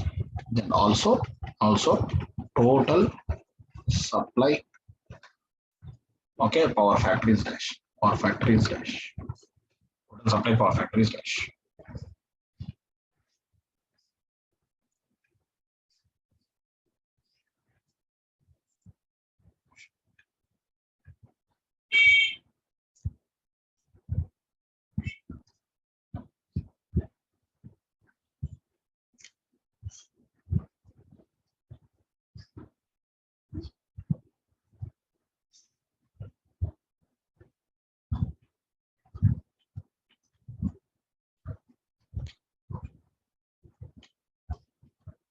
Okay, chalo. If ammeter A1 reads 6 amperes, ammeter A2 reads 16 amperes, ammeter A3 reads 8 amperes, then total reading of ammeter A and also supply power factor. Chalo, 1 minute, everyone, 1 minute.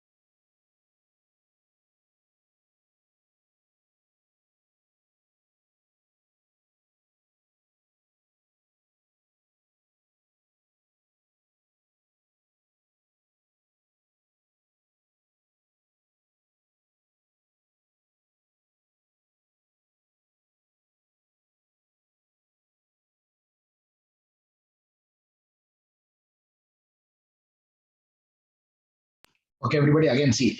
Now see, because it is a parallel circuit, again I will take voltage as reference. Now he said what?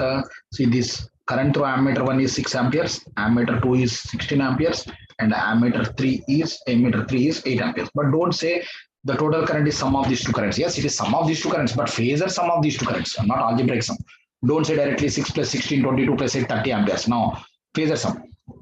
Chalo, phasor sum. In that regard, yes, if I take supply voltage as reference, chalo, if I take supply voltage as reference, yes, if I take supply voltage as reference, okay. Now with respect to supply voltage, which current is in phase? Ammeter A1 is in phase, that is 6 amperes. Where is ammeter A2? 16 amperes leading, 16 amperes leading. Okay, 16 amperes leading. Okay, and ammeter A3, yes, ammeter A3, 8 amperes lagging. Okay, 8 amperes lagging. Okay, 8 amperes lagging. Okay, 8 amperes lagging. Okay, now now phasor sum we have to do. Phasor sum we have to do. First, I will add IC and IL. IC and IL. These are two equal, unequal opposite. Na? So this 8, if you cut here, so this will be another 8. Okay, another 8, which is phasor sum of IC plus IL. Now to that I will add IR, and this is the total I. Yes, this is the total I, which is equal to how much now? Root of, yes, 8 square plus 6 square, which is root 100, 10 amperes. 10 amperes. So ammeter A will be 10 amperes. That is the answer. Ammeter A will read how much? 10 amperes. And also total supply power factor. Yes, if you go to total supply power factor, yes, everybody, if I go to total supply power factor, yes, it is cos phi. Yes, it is cos phi adjacent by hypotenuse. Adjacent is how much? 6 amperes in this. Okay, this is the phi na. Total voltage, total current angle is called phase angle. Adjacent hypotenuse is how much? 10. So it is 0.6. Leading or lagging? Leading. Why? Because overall current leads voltage. Because load means current. Na. Capacitive current is greater means it is capacitive in nature. Load means current. It is highly capacitive load. Okay, it is highly capacitive load. Okay, that is the meaning. So answers are yes. First of all, ammeter A reading is 10 amperes and power factor is 0.6 lead. 0.6 lead. Okay. So now I'm going to another interesting problem. This is gate ECE, gate given per ECE. Okay. Here question is find current I, and also total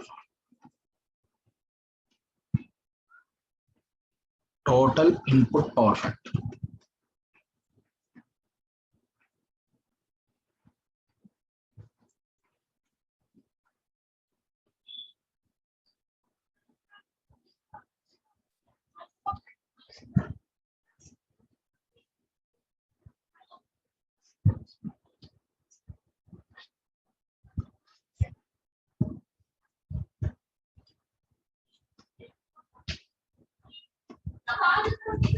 Hundred volts is current I is asking, and he said and this resistance is 20 ohms, and here this voltage is 200 volts across inductor, and the voltage across capacitor is also 200 volts.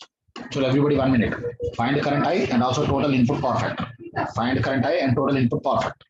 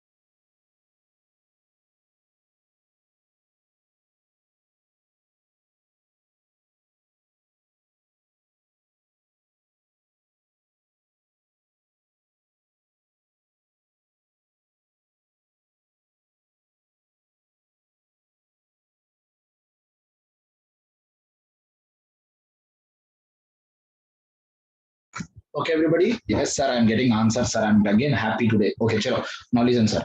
So here again, sir. See, current you can find by V by Z. But here, this XL value and XC value we don't know. Inductance value and frequency is not given, so we don't know. Directly I is V by Z. We cannot put that formula. With phasor diagram I can get. But because it is series, I will take, yes, because it is series, I will take current as reference. Now with respect to current, which voltage is in phase? Which voltage in phase we are? We are. Okay.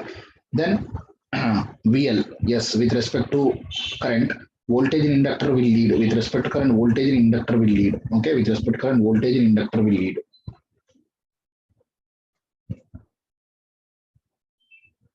Voltage in inductor will lead. Okay, and with respect to current in a capacitor, voltage will lag. Voltage will lag in capacitor with respect to current. But both are equal now, sir. Both are given as 200, 200. Yes, both are given as 200, 200. Yes, both are equal but opposite. Yes, both are equal, not 1200, 1200. Now, if you apply KVL, phasor sum of VR plus VL plus VC is V. VR plus VL plus VC is E. VL and VC are two equal opposite forces. VL and VC are two equal opposite forces. So VR itself is V. VR itself is V. Okay, VR itself is V. Okay, phasor sum of VR plus VL plus VC is V. So VR itself is V.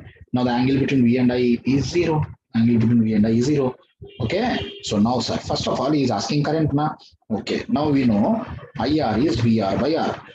IR is VR by R. But VR is nothing but V by R. V is nothing but 100. R is nothing but 20. Yes, it is 5 amperes, which itself is I na RMS value. RMS, sir, this is not DC. It is RMS of the AC waveform. RMS. Why only RMS? I will tell you. Such links will come tomorrow. Then power factor. Chalo, power factor cos 5. Yes, cos 0, 1, unity power factor. This circuit actually is under resonance. That is why this is possible. That is why VL and VC are equal. And moreover, you are giving supply 100, but you are getting 200 means quality factor of this circuit is 2, which I will tell you later, sir. See, everyone will ask me, sir, you are giving 100 volts, but how can 200 volts will come across capacitor and inductor? That is under resonance. Quality factor times the supply, it will come, sir. Very, very interesting. Very, very interesting. That is the meaning there. Very, very interesting.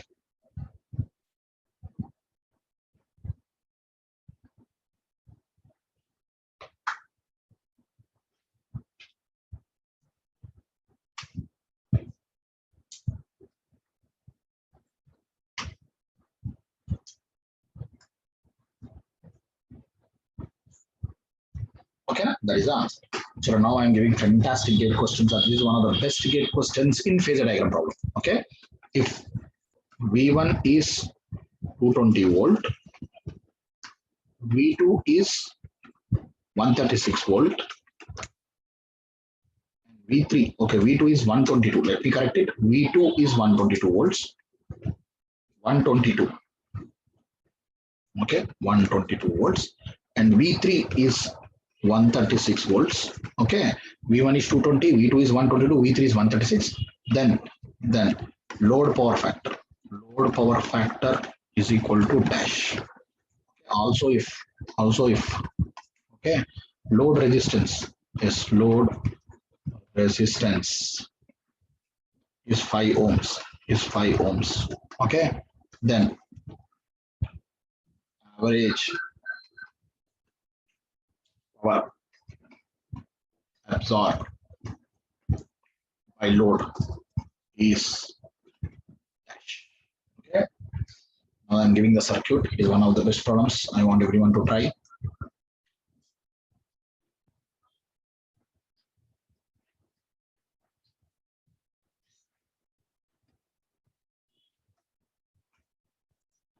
This is V1.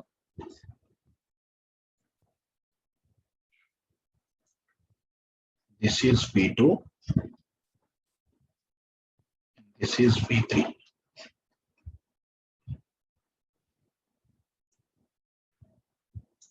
Okay, and this is V1, this is V2, and this is V3. Okay, if V1 is 220, V2 is 122, V3 is 136, then load power factor is dash. Okay, load power factor is dash. Okay, also if load resistance is 5 ohms, then average for observed by the load is dash. Okay, and also if load resistance is 5 ohms, then average for observed by the load is dash. Chalo, quick sir, I'm giving you 2 minutes. Wonderful question.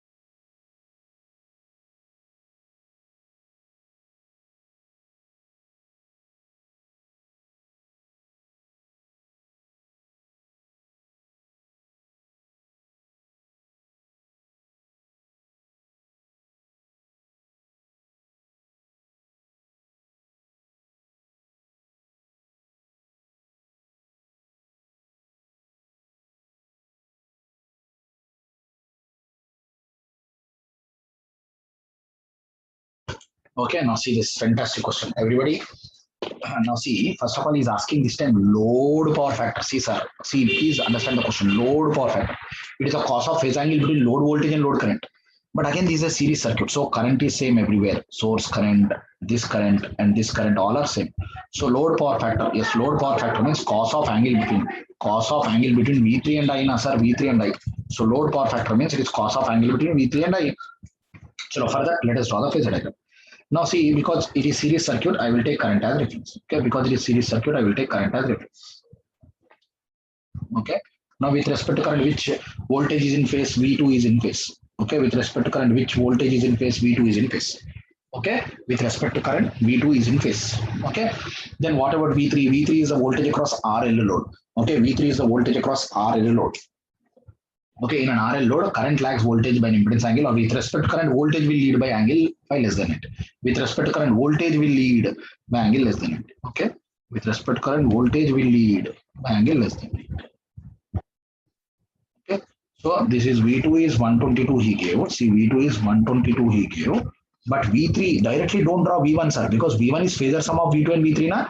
V3 is the voltage across RL load. In an RL load, current lags voltage V3 by an angle phi less than ND. Or with respect to current, V3 will lead by angle less than ND. With respect to current, V3. Yes, with respect to current, V3 will lead by angle less than ND. And this is how much now? 136 volts he gives.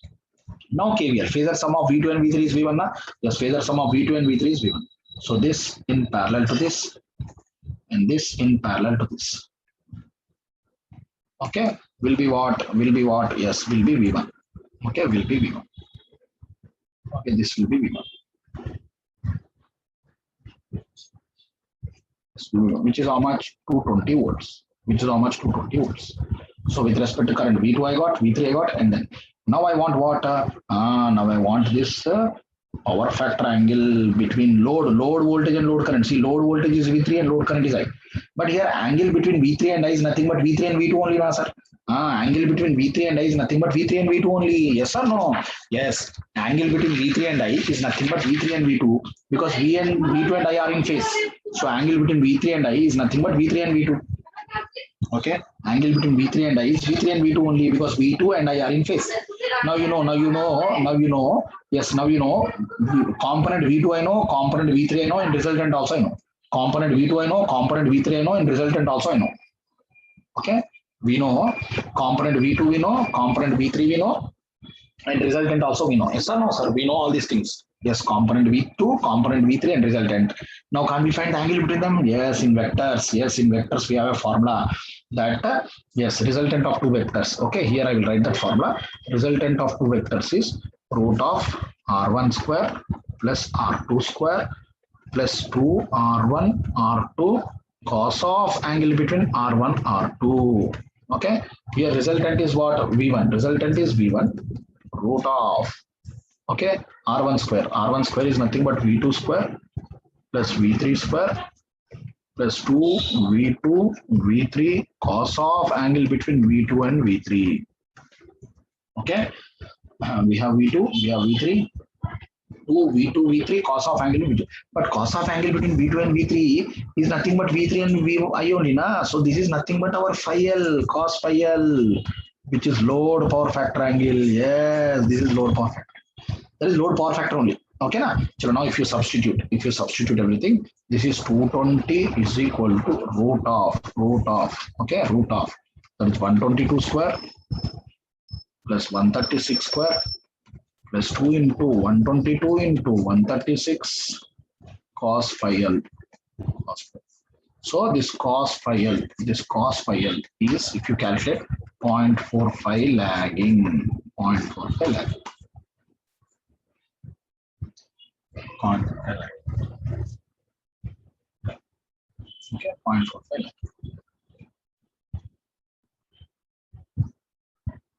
Yeah, 0.45 lagging. Okay, then here I'm going to another question.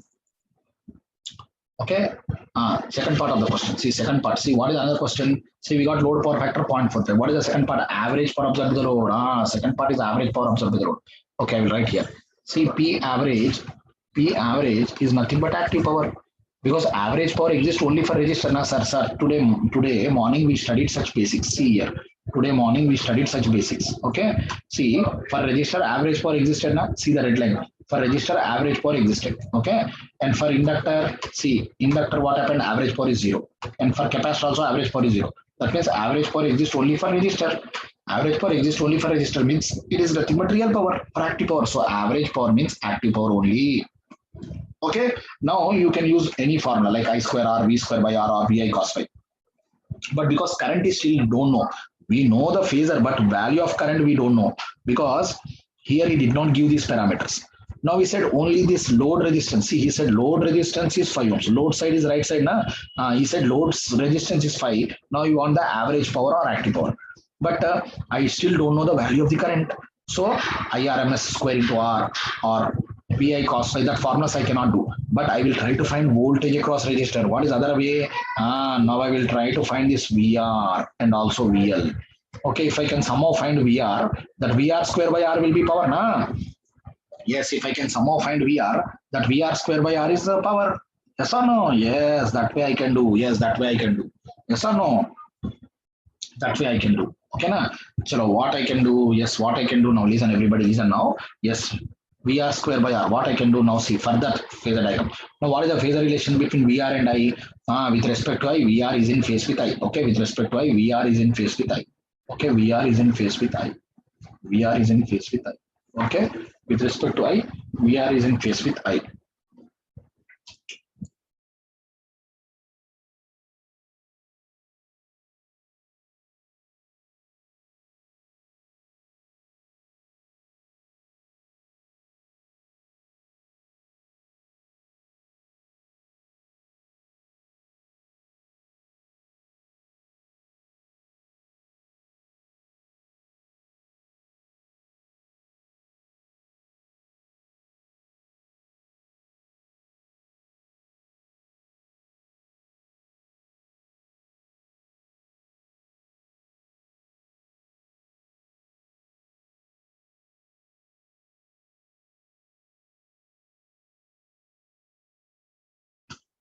Yes, now with respect to I, VR is in phase. Okay, and what about VL? In a pure inductor, VL will lead IL by 90 such that VL will lead IL by 90 such that phasor sum of VR and VL is also V3, na? So VL will lead I by 90. VL will lead I by 90 and phasor sum of VR plus VL is V3. Now this will be VL. This will be VL. So VL will lead I by 90 and VR is in phase. Okay, VR is in phase with I. VL will lead I. So phasor sum of VR plus VL is V3. VR plus VL is V3.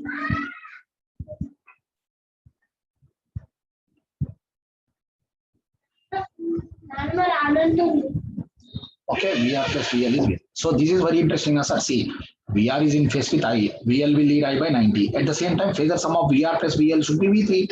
Everything satisfied. Now this is right angle triangle. So now from right angle triangle, yes, from right angle triangle, what is cos phi L? Cos phi L is adjacent by hypotenuse. Adjacent is VR. Adjacent is VR. Hypotenuse is V3. Hypotenuse is V3. So from this I can write V3 is okay, or VR is V3 cos phi L, na? Yes, VR is V3 cos phi L. VR is V3 cos phi L. Okay, VR is V3 cos phi L. Okay, VR is V. Okay, VR is V3 cos phi L. Okay, so now this VR is. Chalo, V3 how much we got? V3 how much we got? 136. Okay, 136 cos phi L. Okay, cos phi L. Okay, that is 0.45. Okay, you will get this as, yes, you will get this as 61.2. Okay, you get this, you will get something around, yes, 61.2 volts, 61.2 volts. Then I will say power in the load 5 ohms is VR RMS square by R. That is 61.2 square by R. Okay, that is nothing but how much? 5. You will get 750 watt. See, sir, how good this question is. Take your time to understand. I will clear doubts also. Okay, but take your time. So take your time to understand. See this problem again. See the phasor diagram, sir. Everything is in the phasor diagram. It was a fantastic gate question given in 2012 for 4 marks. 2 marks first bit, 2 marks second bit.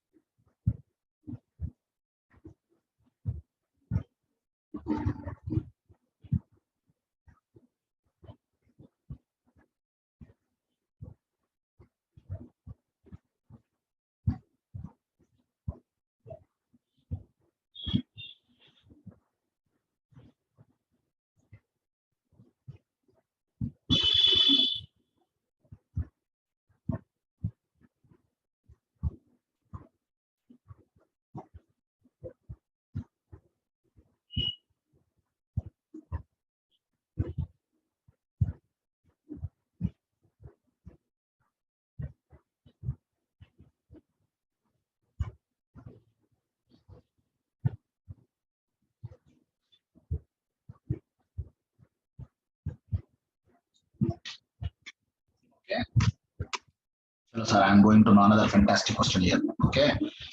Yes. If I1 magnitude is equal to, okay, I'm writing neatly. If the magnitude of current I1, yes, is equal to magnitude of current I2 is 10 amperes. Okay.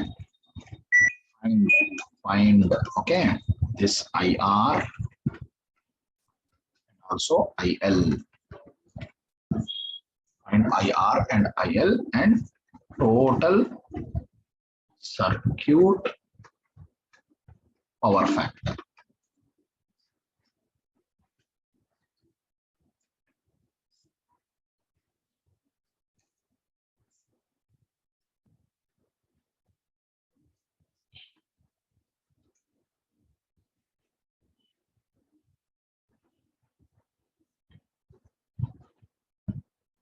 This is 120 volts. This is I1, this is I2. We want the values of IL and IR, but this current is RMS 8 amperes. Shall everyone do it now? If the magnitude of current I1 and I2 are both 10, find IR and IL values and also total circuit power factor. Quick, sir, everyone.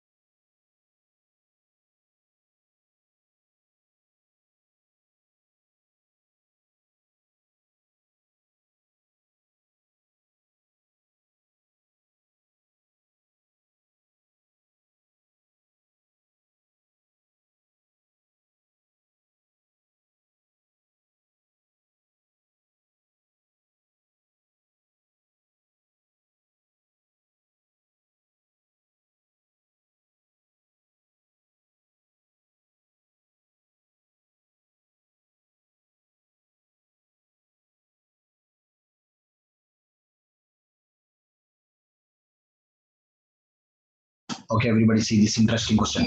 See, he said the magnitude of I2 and I1 is 10 and you want IR and IL. Again, it is a parallel circuit, sir. I will take voltage as reference. He gave this dummy 120 volts. It has nothing to do with sir. Okay, he gave 120 to 120 volts as B, but this is nothing will be helping us. Why? Because we don't know the value of R and inductive reactance. Now, sir, no use. Okay, but chalo. Now I took voltage as reference. Now let us apply first KCL here. See, first KCL one. KCL1 we will apply.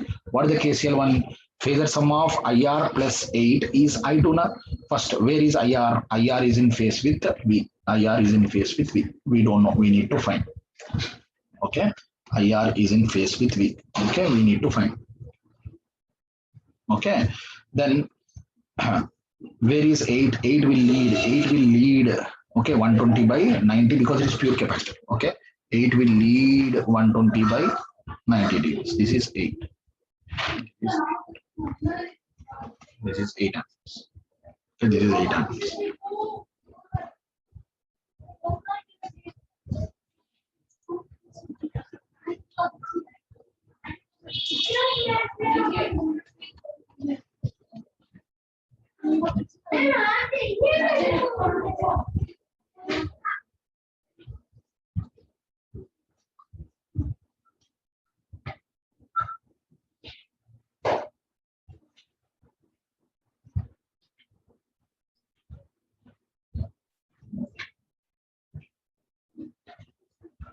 Okay, current IC will lead by 90. Okay, so that is IC because this is 8 amperes. Now phasor sum of IC and IR is I2, which is 10 na? Yes, phasor sum of this IC and this IR is how much? I1, how much? I2, he gave 10 na?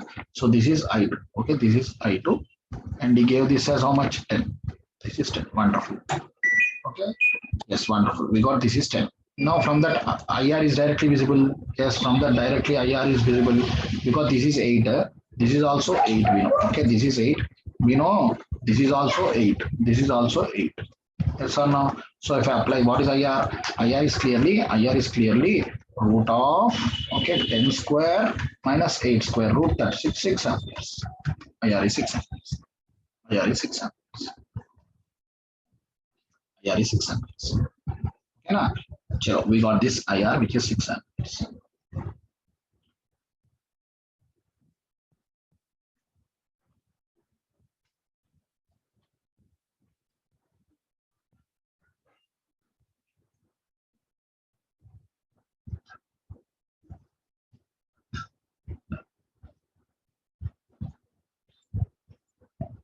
Okay, 6 amperes. IR is 6 amperes. Then where is IL? Now see, I need IL. But you know, phasor sum of, now if you apply second KCL here, second KCL2, yes, phasor sum of I2 plus IL is I1. Now, phasor sum of I2 plus IL should be I1 and that I1 also should be 10. Now, this is very interesting, sir. Now, IL will lag V by 90. But suppose if it is small, this IL, if it is small, then you know phasor sum of this I2 and IL will come here. Phasor sum of IL here, that means this here. And if you do the phasor addition, the resultant will come here. This is I1. But I1 will be definitely less than I2 now. That means if IL is small value, phasor sum of I2 plus IL is I1, that will come here, which is definitely less than I2. But I1 also should be 10. Listen, sir, carefully. See, what I'm trying to say is, yes, everybody listen now. See, what I'm trying to say now is, first I need IL also. So IL will lag, yes, IL will lag VL by 90. That I wrote, IL. Okay, na? IL will lag VL by 90. But according to the KCL2, phasor sum of IL and I2 should be I1 and that also should be 10. But suppose if IL is small and now phasor sum of IL and I2, if I take, that is giving I1, but that I1 is less than 10 now. So that means in the first quadrant, if I1 exists, that I1 will be less than 10. But it has to be other than first quadrant. That means IL length. That means, yes, IL length should be large enough. Yes, IL length should be large enough. Now, this is very interesting. IL length should be large enough. Okay. Yes, IL length should be large enough such that, okay, IL length should be large enough such that now the phasor sum. Now the phasor sum of I2 plus IL. I2 plus IL. Now this will be here now. Yes, I2 plus IL. This will be here.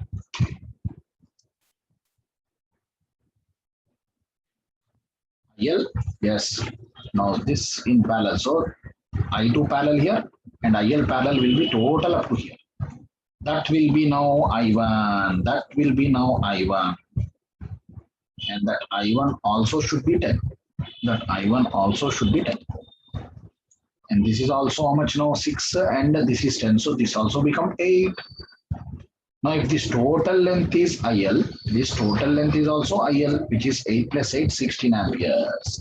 Because this is one right angle triangle where this is 6, this is 10, this is 8.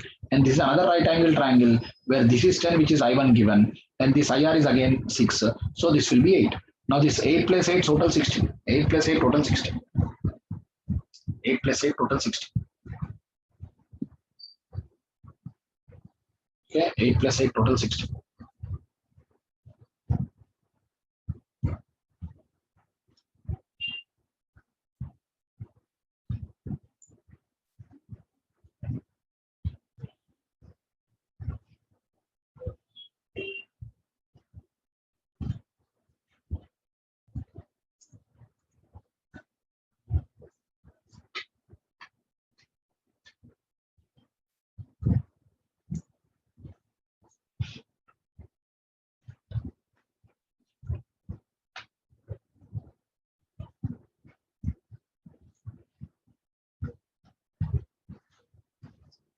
Okay, so please understand this. Okay, so wonderful problem, sir. So if IL is small, the phasor sum of I2 and IL will come in first quadrant, which will be less than 10, sir. But it should be such that the phasor sum of I2 and IN should be I1 and I1. Okay, also should be 10. That is possible only in this fourth quadrant. Now in this right angle triangle, this is 8. In this right angle 8. Total 8 plus 8, 16. So IL should be 16. IL should be 16. Okay, now final. What is the power factor? See, angle between total voltage and total current is circuit impedance angle. Total voltage is 120 and total current is I1 now. This angle is total circuit power factor. Now power factor cos phi. Power factor cos phi is adjacent. Adjacent is 6. Hypotenuse is 10. So it is 0.6 lagging. Lagging because inductor current is dominating here. 0.6 lag. So yes, IR is 6, IL is 16 and 0.6 lagging. Okay, now that is very interesting. Now, sir, I will give one homework. Tomorrow I will start from here. Remind me this homework question. That homework question is, yes, that homework question is, I will take up doubts later. That homework question is this. If V1 is 20 volts, if V1 is 20 volts, V2 is 9 volts. Okay, V1 is 20 volts, V2 is 9 volts. Then voltage across capacitor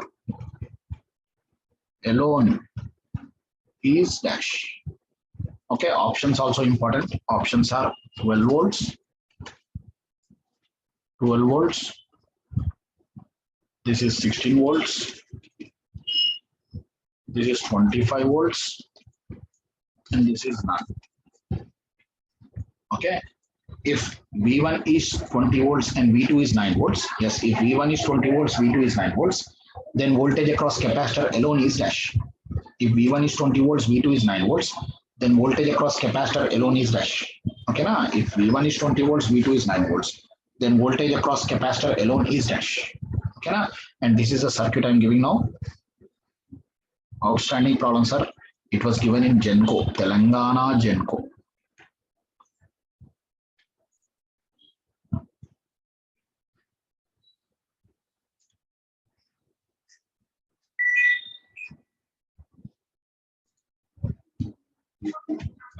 Its total supply voltage is 15 volts. And V1 is the voltmeter 1 reading. V1 is the voltmeter 1 reading. Okay. And V2 is also the voltmeter reading. So V1 is reading 20 volts and V2 is reading 9 volts. Okay, V1 is reading 20 volts and V2 is reading 9 volts and total supply voltage is 15 volts. Now we want voltage across capacitor alone. Okay, tomorrow we will start with this problem. Okay, tomorrow we will start with this problem. If V1 is 20 volts, V2 is 9 volts, then voltage across capacitor alone is dash. Okay, chalo sir, now happily I will take up doubts. Yes, please. Now, Bhavya, what is your doubt? Tell me.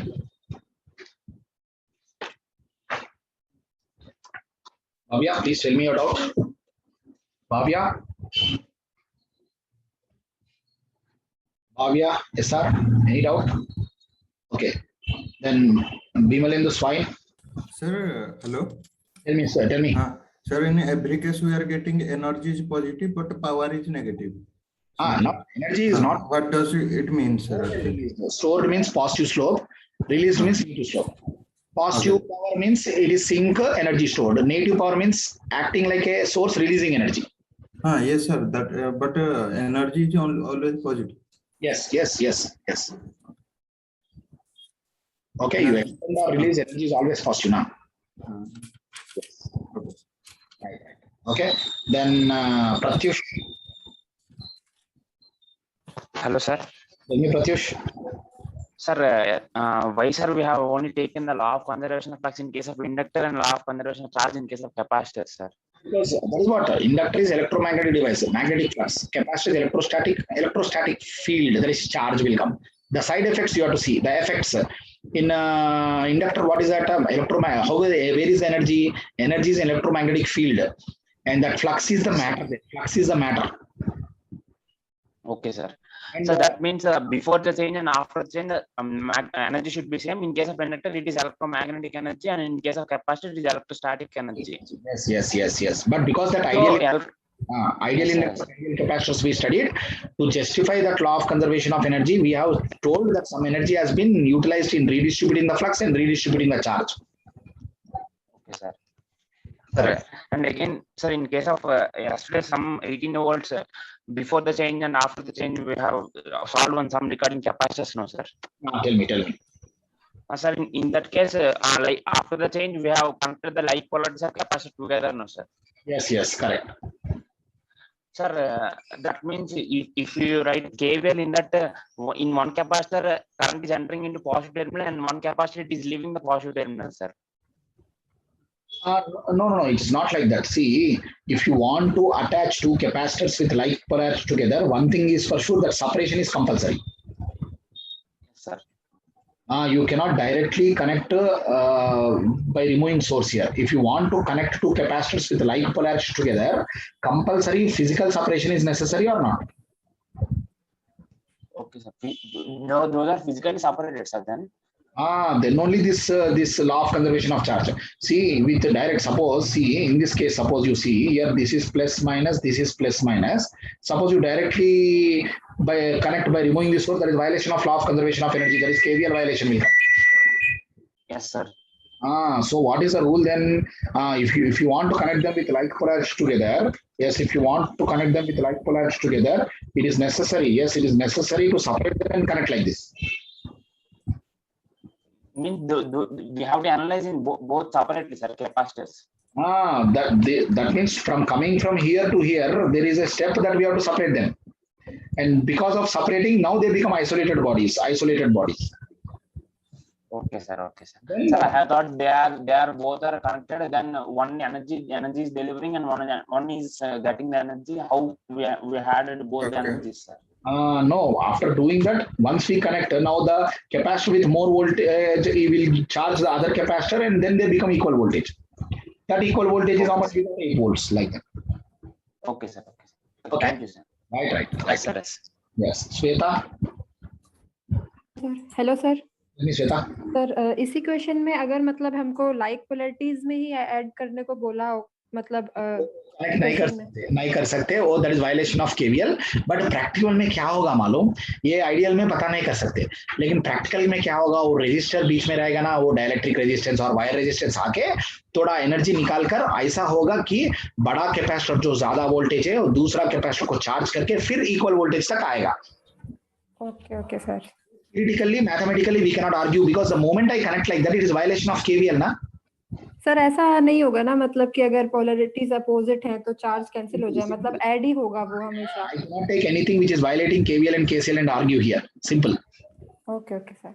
But practical में क्या होगा, practical में ऐसा होगा, जो बड़ा capacitor ज्यादा voltage ज्यादा चार्ज है, वो दूसरा कैपेसिटर को चार्ज करके फिर से नॉर्मल इक्वल वोल्टेज तक आएंगे. ओके सर, मतलब वोल्टेज इक्वल होनी है लास्ट में. हाँ होता है, right. Okay sir. Okay. Now Vishnu. Sir, my doubt, I'll start with here itself, sir. So here, so in practically, when you're after charging these two capacitors in series, you're disconnecting them and then reconnecting them in parallel configuration. Yes. So at that time, since by KVL, since they are in parallel, both voltages must be same. And Yes. since capacitance is already constant, the only way is to redistribute the charges. Yes, absolutely correct. Absolutely. So there will be a small current will flow, no, sir, from the one which has more charges to one which. Impulse current. That is impulse current. Actually, it should also create loss, but we cannot justify here in ideal case. Okay, sir. Okay, sir. That is correct. Yes. Okay, sir. And sir, my second doubt is in that one question where dielectric is placed one in vertical and one horizontal. Okay. That I couldn't understand why we took one as series and the other as parallel, sir. 1 minute. I'm coming to your house. 1 minute. Nice.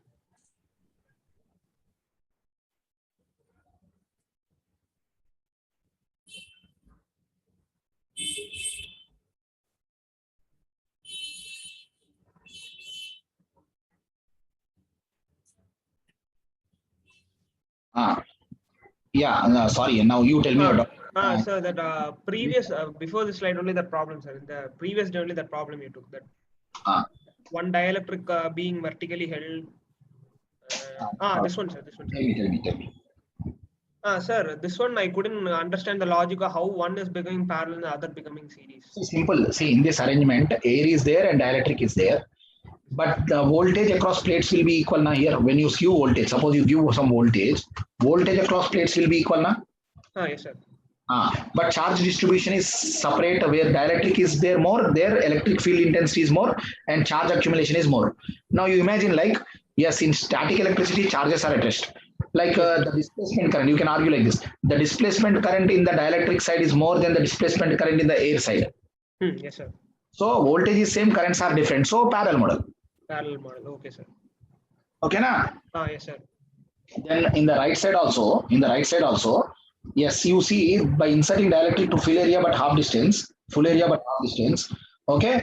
Now here what happens, because uniform dielectric in intensity, I can say epsilon r has increased, overall charge density will increase, but the working voltages will be definitely different. That's where I'm not getting, sir. Here also between A and B, you are applying the same potential. But what happens, because you insert a dielectric to full area, the overall charge density of the entire plate has increased uniformly. Okay, sir. That means the displacement current in both the mediums are same. Okay. But working voltages are different, na? Oh, okay, sir. You can model air as a large resistance and this dielectric also has large resistance. Two unequal resistance, voltage will be different, na? Yes, sir. Series model. Okay. As in the last one is that regarding that power and energy curves that you took today, sir. Okay, tell me. Sir, like somebody asked before, energy is being like energy is positive here always. In the sense, yes, energy is always positive, in the sense energy is decreasing and increasing. And sir, my doubt is this power is becoming negative because of the changing the direction of the current. Of course. But that is our notation to understand is the capacitor or inductor stored and released. Stored means current entering positive, released means current leaving positive. Oh, so for instance, if somebody is saying that energy is being released, if the slope of that energy curve is negative, then we can say that energy is being released. And in terms of power, if the power is negative, that means it is being released. Yes, correct. Yes, that is true. Okay, sir. That's it, sir. Thank you, sir. Yeah, right. And tomorrow again 7 o'clock to tomorrow 7 to 10:30. Everybody, yes, tomorrow 7 to 10:30 we'll go. Ashish, tell me doubt. So last question, sir. Tell me what is your doubt. The last. In that means I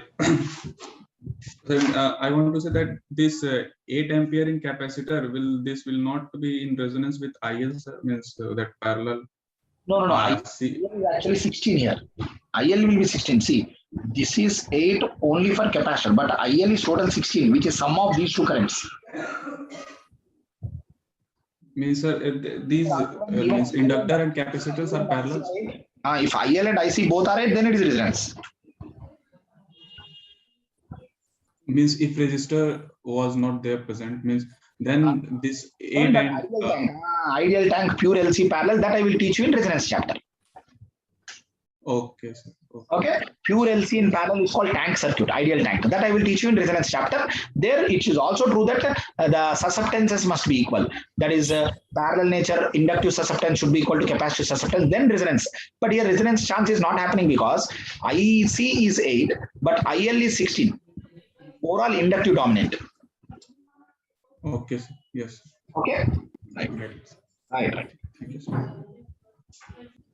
I'm getting very good doubts, everybody. At the same time, take time, sir. See, everyone, take time. See, even as a student, see, even I'm a student, sir. I'm PhD student. In one time, no one can learn. Take your time, learn, do again, sir. I will share notes, and I will also, after completion of syllabus, give you a lot of material, solution book of Alexander, Hayden, whatever you want, I will give, sir. I have about 1,000 books. But what to learn to get rank, I told on first day. First day, how to get rank, follow that. But do our material previous papers 10 times, sir. You will get rank pakka. Okay? Do the basics and take time, sir. Don't worry. See, I also understand that everyone is not understanding every, just like that by listening to my class. But you take time, think a lot, ask doubts, and that is how you grow. Okay? So tomorrow again, 7 o'clock.